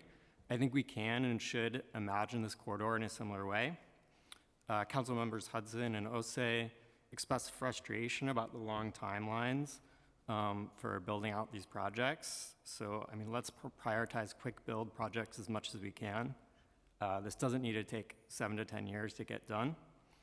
And I urge the City Council to commit to the following, alongside the rezoning: implementing a road diet on Atlantic Avenue east of Flatbush, implementing pedestrian safety improvements, redesigning Dean and Bergen Streets as bike boulevards, creating protected bike lanes along Vanderbilt Avenues, Lafayette Avenues, and DeKalb Avenues, and building out the Underhill Bike Boulevard and Underhill Plaza. Thanks. Thank you, Jeffrey. Justin? Hello, my name is Justin Levine. I'm also in the same area, and I bike in the same area. I'm at Bedford and Monroe. I share the same concerns that he does, which is whenever I'm biking, you're on a beautiful, nice bike lane, and then all of a sudden you're thrown onto a highway, basically. It's extremely dangerous. No one wants to cross that, whether you're a pedestrian that has to take, a minute to get across the street, or whether you're a biker that takes, has to contend with all the traffic. No one would say, if they were to describe Atlantic Avenue as like vibrant or beautiful or safe, and so there's no reason that that area could not be like that, especially when there are other cities across Europe that have had the same sort of issues, where they have a very car-centric infrastructure, and then they slowly over time created a more people-centric infrastructure. I think that's all I have to say. Thank you very much. Thank you, Councilmember Osei and Hudson, for bringing this forward. Thank you, Justin. Do you have any questions for this panel? All right. Thank you. This panel is excused. Thank you so much. We're going to transition to the online panel, which consists of Nicole Lemel, Jack Robinson, Sharon Wedderburn, Isra Weatherspoon, and Linda Balsama. We'll begin first with Linda Balsama. Linda, if you can hear me, please unmute and you may begin. You may begin. Hello. Good morning. Thank you for the opportunity to speak. My name is Linda Balsama. I'm a community organizer with United Neighbors of Prospect and Crown Heights, or UNPUNCH. I'm asking Councilmember Hudson, City Council, Member Osei, and Mayor Adams to not allow for any more market rate high rises to be built onto Atlantic Avenue. While I appreciate the goals of this rezoning, of bringing new jobs and affordable housing to Central Brooklyn, I'd like to address what will be lost from Central Brooklyn if even more market rate high rises are allowed to be built down Atlantic Avenue. I agree Atlantic Avenue needs more trees and greenery, more light and infrastructure improvements, and I agree we are desperately in need of affordable housing here in Central Brooklyn. At the CB8 AMUP meetings, I learned our 2 zip codes have the highest displacement out of any other neighborhood in the city. Why? We were told the same things we're being told today when the Barclays Center and Atlantic Yards redevelopment went through. It would mean good jobs and affordable housing for the people who lived here. And while Barclays has provided many with jobs, the deeply affordable housing never materialized. Instead, thousands of market rate units were added to Prospect Heights, bringing in thousands of new residents. So far, these new residents have not shown to be interested in the history or generational families of Prospect Heights. These new residents instead have been focused on rebuilding a new community in Prospect Heights for themselves. Can't blame them, to the harm and detriment of many people who have called this area home for generations. One notable result of the redevelopment of Atlantic Yards and the many new high-rises has been the steep rise in commercial space rents, to the point of being out of reach of many of our mom and pop shops, which have been forced to close. Small businesses have been the path for many families, including my own, from working to middle class. Our members have told us that there is no data to support. Our members have been told by our reps and the city that there's no data to support the increase of rents in Prospect Heights are tied to the new high rises, but our lived experience is data. It's just not being written down. Cities like Paris recognize the importance of the middle and working Thank you. Your time classes. expired. Thank you. Thank you. Next, we'll hear from Isra Weatherspoon. Isra, if you can hear me, please unmute and you may begin. You may begin. Ursa Weatherspoon, excuse me. Ursa?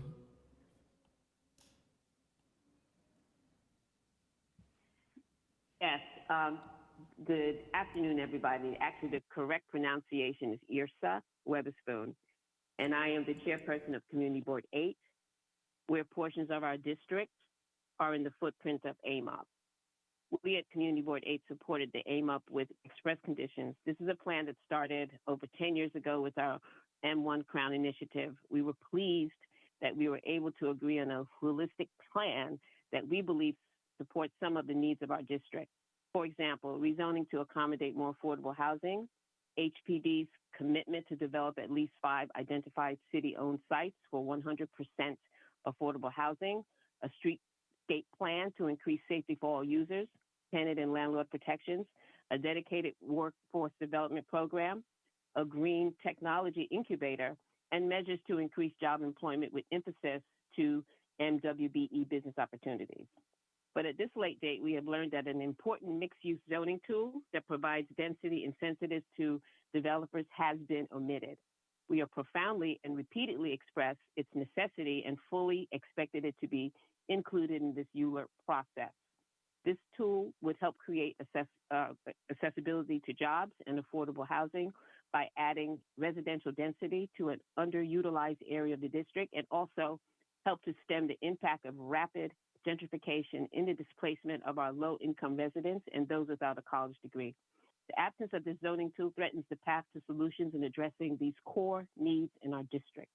A similar tool was implemented in the Gowanus 2021 rezoning, and I'd like to know why our community is not being afforded the same opportunity and benefit, and where is the concern? The omission of this critical zoning tool is unacceptable, and without it, this rezoning process cannot be fully regarded as community-led. As the chair of Community Board 8, I'm extremely disappointed of this development and the detrimental impact this would undoubtedly have in our district. Thank you. Your time expired. As exhibited. The City Council should not adopt this plan with the omission of this very necessary mixed-use zoning tool. Thank you to our council members Hudson and Osei, and thank you all for your time. Thank you. Thank you. Next, we have Sharon Weatherburn. You may begin.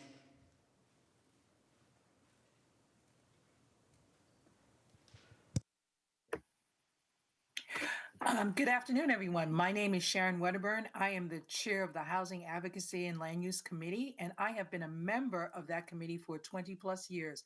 Additionally, I've called Crown Heights and Prospect Heights my only homes while I have been on this earth.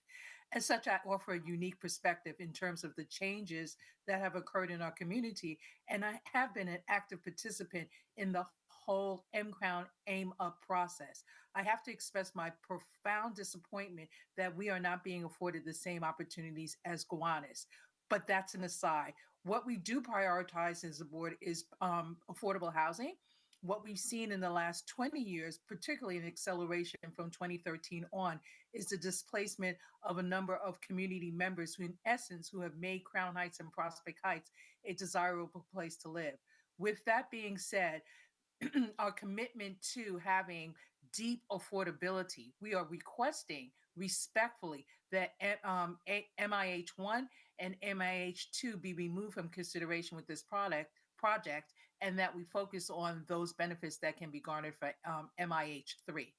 Secondly, one of the things that we really considered was how are we going to be able to keep pace with the large number of high income earners that have come into our community and increasingly difficult for families to remain into the community because of the cost of rent.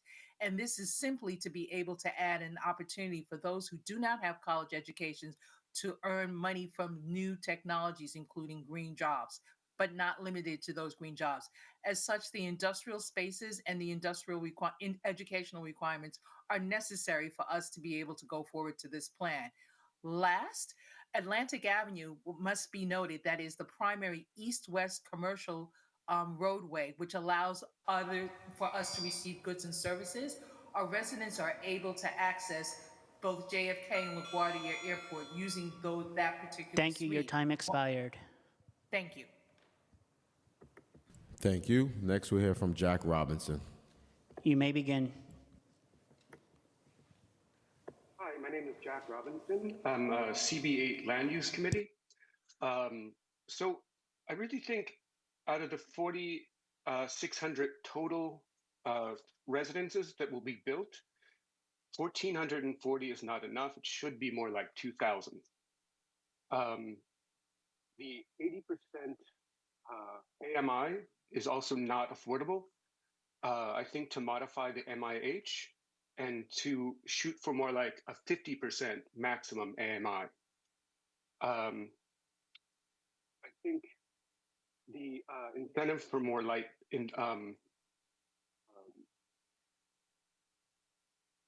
sorry, I got lost here. The light industrial uses adds more jobs than retail, and I think that it should be a bigger priority. I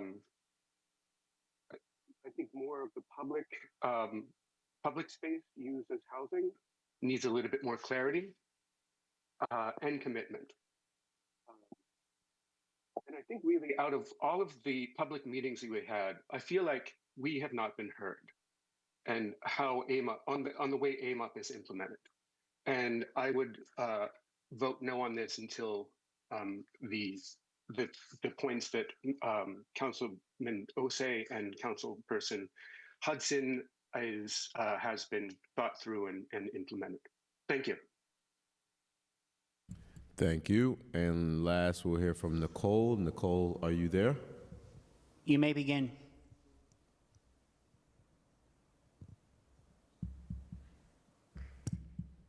She was having some technical problems. I think that it might be fixed now. Okay, thank you, Jack. She might need to be let back in as a panelist. Oh, there she is. Hello, can you hear me? Yes, I can hear you, Nicole. You may begin. Oh, thank you. Okay, I've lived in District 35 for 25 years, and I'm also like a Community Board 8 Land Use Committee member. And I'm not opposed or against changes, but I just want to point out that recently built buildings can offer enough deeply affordable apartments, and I am very much standing like with our council people that I would like 100% deeply affordable housing at 50% AMI or less. And then also the character of our neighborhood has been diminished. The strength of the community has lessened due to the displacement of neighbors, like mentioned before. Therefore, I want stronger displacement measures. Sorry, I'm at work. I want stronger displacement measures in the form of free legal representations for tenants in the affected area codes. I also would like building heights on Atlantic Avenue to be restricted to 12 floors and on the side streets to 9 stories, 12 stories and 9 stories. The new buildings also the buildings that have already been built also don't inspire families nor individuals or couples to stay and become part of the neighborhood. The new developments are like hotels where people only stay temporary. I also question the promised additional jobs, as I see, for example, the reception desks in the new buildings mostly vacant, no receptionists sitting there. And also not to forget those existing small businesses which are pushed out, and I heard that you have organizations that want to help them, but there are a lot of businesses who also own their buildings and are worried about the increasing property taxes caused by the rezoning and the increase in value of property, but their businesses haven't really recovered since COVID. Also, I would like to say that neighbors, and me included, we also need more protection and respect. Thank you. during Your the time construction expired. period. May I just say, please don't grant as many after-hour permits, because we haven't had a single full weekend because there's been Sunday work. Thank you for your time. Thank you, Ms. Nicole. There being no questions, this panel is excused. The next panel we're going to hear from, excuse me if I butcher your name, just correct me when you come on.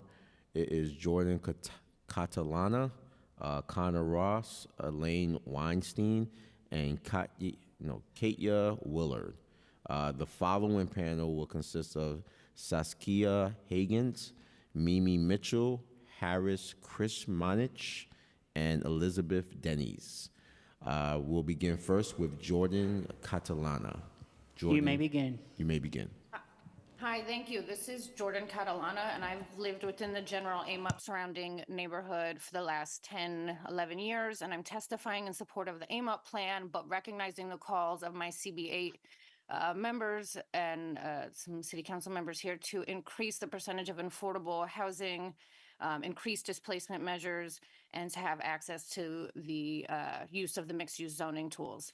I cross Atlantic Avenue at Bedford every day. It is loud, the traffic is fast, there are no curb cuts on the sidewalk. There is no place for bikes and nearly no place for pedestrians when the sidewalks are cluttered with cars from the one-story auto body shops and car washes. Last night, I walked Dean Street East from Vanderbilt to Nostrand, precisely where most of this plan is slated. And what you see are empty parking lots, one-story storage and trucking facilities, and abandoned manufacturing locations. But what I also see is opportunity for our community.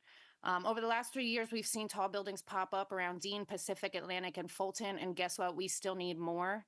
I echo CB8's call for the use of the mixed-use zoning tool and think that AMUP otherwise does a good job of thinking of the real people that live here and what their needs are in housing and safety and in job opportunities. We're lucky that this neighborhood is one of the few with this space, the physical space, and the patience and the leaders to address those needs. And again, with our leaders in Councilman Osei, Hudson, CB8, and others that are curious enough to address them. And I look to the leadership to make sure there are enough affordable housing units and urge you to remember that the best way to get folks into affordable apartments is to build apartments in the first place. And AMUP does this. Gas stations don't house people. Auto body shops don't house people. Parking lots don't house people. Housing houses people. Thank you for your time. Thank you. Next we hear from Connor Ross. Connor, if you can hear me, please unmute and you may begin. Yes, thank you. I want to thank the time for all the council members present here. Thank you to council members Hudson and Osei for their time. I serve on Community Board 8, and I also serve on the committees for housing and land use, as well as environment, sanitation, and transportation. So I've been a part of a lot of conversations regarding AMUP since my time on the community board. And as someone who's lived in the neighborhood for many years at this point, I want to express my support for AMUP and rezoning the neighborhood to develop more housing and put the pressure on the council to consider the priorities and needs that Community Board 8 has led with.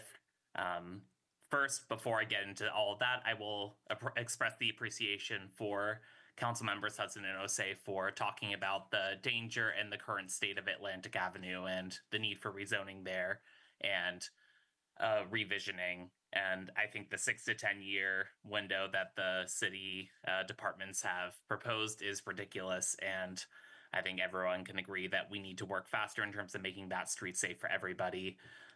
I stand by all the priorities that CB8 has presented in terms of AMUP and what we hope to see changed there. As we heard from council members Osei and Hudson, we are behind the clock in terms of the housing crisis that we have. And as I walk through the neighborhood respected in AMUP almost every day, I see the opportunity for additional housing. And there's no way that we're going to get there until we start to open or remove the barriers to make this easier for developers to work on this with respect to the needs of the neighborhood. We've made this very clear, and I think all of the asks that CB8 has put forward are very common sense and respectable given what the city is able to do especially when it comes to city-owned sites where we can do much more deeply affordable levels of affordability, MIH. Thank you. Your time expired. Okay, thank you for the time. Thank you. Next, we'll hear from Elaine Weinstein. You may begin. Yeah. Okay, yes, can you hear me? Yes, we can. Okay. As a member of the AMUP Steering Committee, I'm sure this committee is well aware of Council Members Hudson and Osei's efforts to engage as many community groups and residents in visioning and feedback sessions as possible. Throughout the past several years, hundreds of current residents provided their feedback, their wishes, and their hopes for the Atlantic Avenue Corridor in the belief that it is possible to bring change to the city. We want to ensure their efforts are not futile. As a result, AMUP's community-led recommendations reflect the critical needs of our community for deeply affordable housing, for creating a safe and livable Atlantic Avenue as both a thoroughfare and a neighborhood, for the creation of new job training and new jobs in light industrial businesses. And lastly, increasing the amount of green space and the upgrade of several local parks. For these hopes to become a reality, neighborhood rezoning is crucial. For my time, I'd like to focus on a recommendation for utilizing underused or unused buildings and spaces, specifically in city-owned sites, to build deeply affordable housing. Our hope is that this kind of development, which should not take 6 to 10 years, will allow families to raise their children in central Brooklyn. And most importantly, to allow long-term residents of our neighborhood to remain in the neighborhoods and contribute to the vibrancy and diversity of central Brooklyn. Specifically, we've highlighted 457 Nostrand and 510 Claremont. There are many others. To our committee, this recommendation seemed the easiest to quickly set upon. It requires a commitment from several agencies to work together and make this happen. In addition, our recommendation is also to expand resources for existing long-time residents to ensure they can remain in their homes without concern for displacement due to the development. Many of us have joined this meeting today to ensure that the voices of the many are heard by the presence of a few. It is a Herculean task to bring large. Thank you. Your creative time change. expired. Okay, sorry. Thank you for listening. Thank you, Elaine. Last, we'll hear from Katya Willard. You may Hi, begin. can you hear me? Yes, we can hear you. Hi, my name is Katja Willard. Thank you for your time. So I live on Atlantic Avenue on the corner of Washington and Atlantic. I have for about 10 years. I'm raising my family there, and I have a son right now that's almost 2 years old, and I'm expecting our second. I wanted to say that for me, safety on this corridor is a big priority. So while I'm in favor of all of these zoning changes, I just want to bring up that my number one priority is I don't find it safe to cross Atlantic Avenue. I don't find it safe to do it with my son in a stroller. Their traffic is moving too fast. A lot of people run red lights. The left turn from Washington onto Atlantic, heading west is really dangerous. I also bike in the neighborhood and I find it dangerous. So for me, I'm in favor of this plan just because I think having more people here will be helpful and make it safer. I'd love to see a narrowing of Atlantic Avenue. And then I'd also like to add, I understand that people have a commitment to deeply affordable housing, but if you want to keep people in their homes, you need places for the people that want to push them out of their homes because they can afford it. And so I'm a huge fan of large amounts of upzoning for housing, even if it's not deeply affordable, because there are people that will live in those homes and therefore won't kick you out of your brownstone if you've been living there for 30 years. So anything that can get more housing built in this area, which I know that this plan is trying to do, I think is a huge win. I would hope that there would be no height restrictions, no FAR restrictions. I know it might change the neighborhood in some ways, but also trying to hold the built environment of the neighborhood the same means that those people will be pushed out. If we can build a lot of housing, it keeps some things about the neighborhood the same because people can continue to live there. That's my testimony. Thank you. Thank you so much. There being no questions for this panel is excused. Our last panel will consist of Saskia Higgins, Mimi Mitchell, Harris Krismanich, Elizabeth Denny's, and Andrew Matsuka. We'll begin first with Saskia Higgins. You may begin.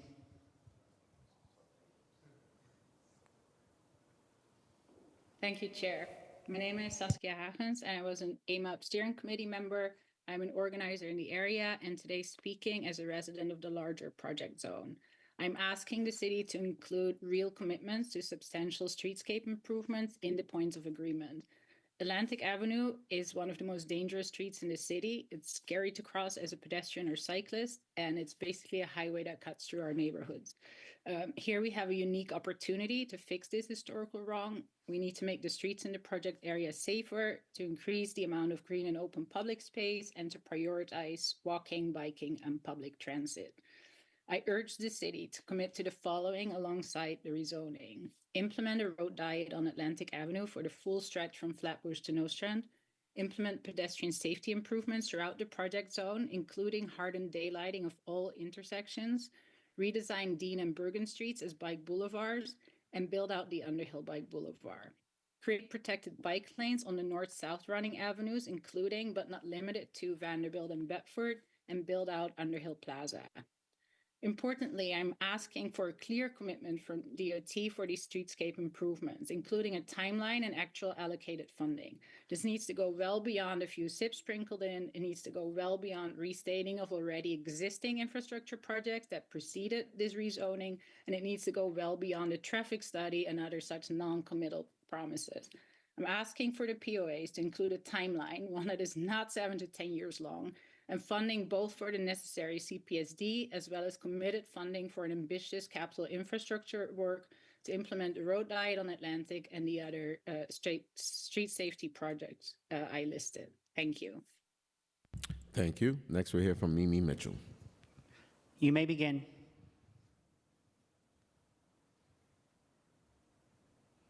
Mimi Mitchell. Okay. We'll come back to Mimi. I'm here. Sorry. Go ahead, Mimi. Hello? Yes. Sorry about that. I had an issue. Okay, good afternoon. My name is Mimi Mitchell. I just firstly would like to say thank you to council members Osei and Hudson for all their hard work, as well as community boards who have participated in this process. I want to speak out on behalf of the tenants in this community that have spent years crafting a plan that truly serves its residents. Yet now we're being told that deeply affordable housing under option 3 and option 3.5 mandatory inclusionary housing isn't possible for us. But yet it was possible for the Gowanus, which is an affluent, majorly white neighborhood. Why is it that when it's our Black and brown communities fighting for affordability, we're always given roadblocks and told it can't be done? We now know what happens when rezonings move forward without deep affordability. Families are displaced. Community District 8 has lost more Black residents than any other part of the city. Without real affordability, this plan will only push out more tenants. Without the MIH option that we have pushed for, we will not get the additional units that we need in order to prevent the stem of rapid displacement. We also know that tenants are under attack. Landlords are abusing loopholes like substantial rehabilitation and demolition claims to remove rent-stabilized apartment. Can you imagine what's going to happen to our tenants within the next 6 to 10 years? And when tenants do fight back, they often don't get the representation they need. We've seen proof that 85% of tenants with lawyers stay in their homes when their cases are taken, when they are facing the eviction process. But yet, right to counsel is underfunded and too many tenants are forced to face eviction alone. This city cannot justify approving deeply affordable housing in Gowanus while Thank you. Your denying it time here. expired. Oh, thank you. Thank you. Next, we'll hear from Harris. Harris, if you can hear me, please unmute. You may begin. Hello. Hi, my name is Harry, and I'm a resident of Crown Heights. I urge the City Council to push for a road diet on Atlantic Avenue. We cannot continue to have an urban highway divide our neighborhoods, and I really appreciate the council members' concern over the egregious timeline for redesign, and hopefully we can figure out a way to speed that up. I also want to reiterate the need for a bike boulevard at Dean and Bergen Streets, protected bike lane on Franklin Avenue, as well as a two-way protected bike lane on Vanderbilt and Bedford. We need to make our community safer and encourage biking and walking. through these streetscape improvements, as well as add green space.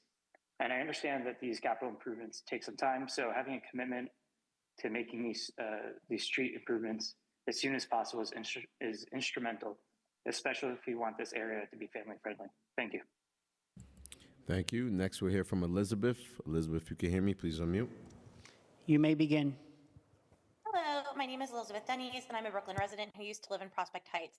I'm here today to support the AMUP rezoning and to ask that council doesn't miss this generational opportunity to transform Atlantic Avenue and commit to a timeline and commit to funding to create a more equitable streetscape in the area. First, I strongly support AMUP's rezoning for additional housing opportunity, which could add 4,600 very needed homes, many permanently affordable under MIH. Skyrocketing rents have created undue hardships for families and New Yorkers, and the city's housing crisis has pushed people out of their neighborhoods. To get out of this housing crisis, we need to build more homes in every neighborhood, especially in areas like the AMUP plan area where current zoning is very limited. I hope that council supports this rezoning and passes it and supports additional neighborhood rezoning processes throughout Brooklyn and the entire city until we can ensure that every New Yorker has secure housing they can afford. Second, Atlantic Avenue is one of the most dangerous streets in the city and has needed serious improvements for some time. Additionally, the AMUP project area and its surrounds are overdue for street designs that prioritize the safety of people walking and bicycling and prioritize bus speeds and reliability. It's even more critically important that these street improvements are going in to equitably support the thousands of new residents that the AMUP rezoning will bring. I urge council to commit to the following with a clear timeline as well as funding alongside the rezoning to create fast, reliable transit networks, create streets for people walking and bicycling, and reduce car dependency throughout the area. We need to implement a road diet on Atlantic Avenue east of Flatbush, implement pedestrian safety improvements throughout the project zone and nearby, install modular bus boarding islands to improve accessibility, redesign Bergen and Dean as bike boulevards, create north-south running protected bike lanes along Vanderbilt that would connect Prospect Park to the Waterfront Greenway, and build out the Underhill Bike Boulevard and Underhill Plaza with permanent materials. These projects shouldn't be taking 6 to 10 years. Council needs to build DOT's capacity and staffing to ensure that we can get these street safety projects done faster. Thank you so much for the time. Thank you. Next, we'll hear from Andrew. You may begin. Andrew, if you can hear me, please unmute and you may begin.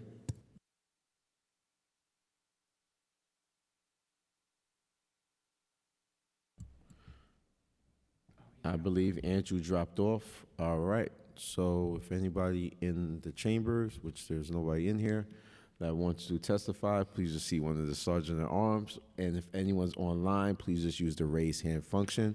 We'll stand at ease for 30 seconds.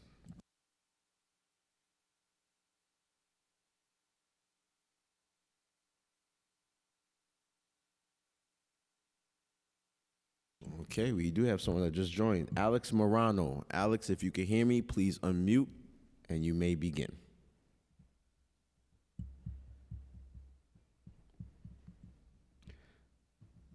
Alex Morano. Hi. Sorry to join at the last minute here.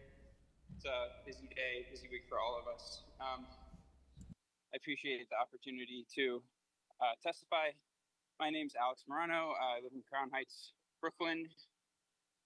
And what I really want to emphasize here is there's been a lot said about the land use and housing aspects of the upzoning, but a really, really crucial element that's needed here is firm commitments from DOT for streetscape improvements with a solid timeline.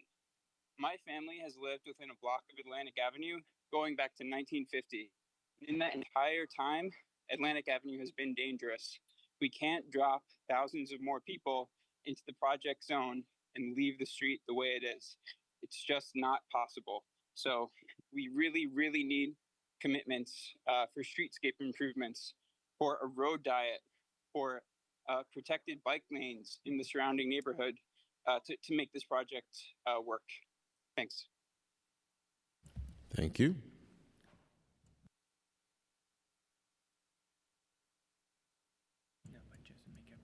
Okay, I'm going to stand at ease for 30 seconds in case someone else wants to testify. You can use the raise hand function online, or if you want to run in the door right now, you could do so too.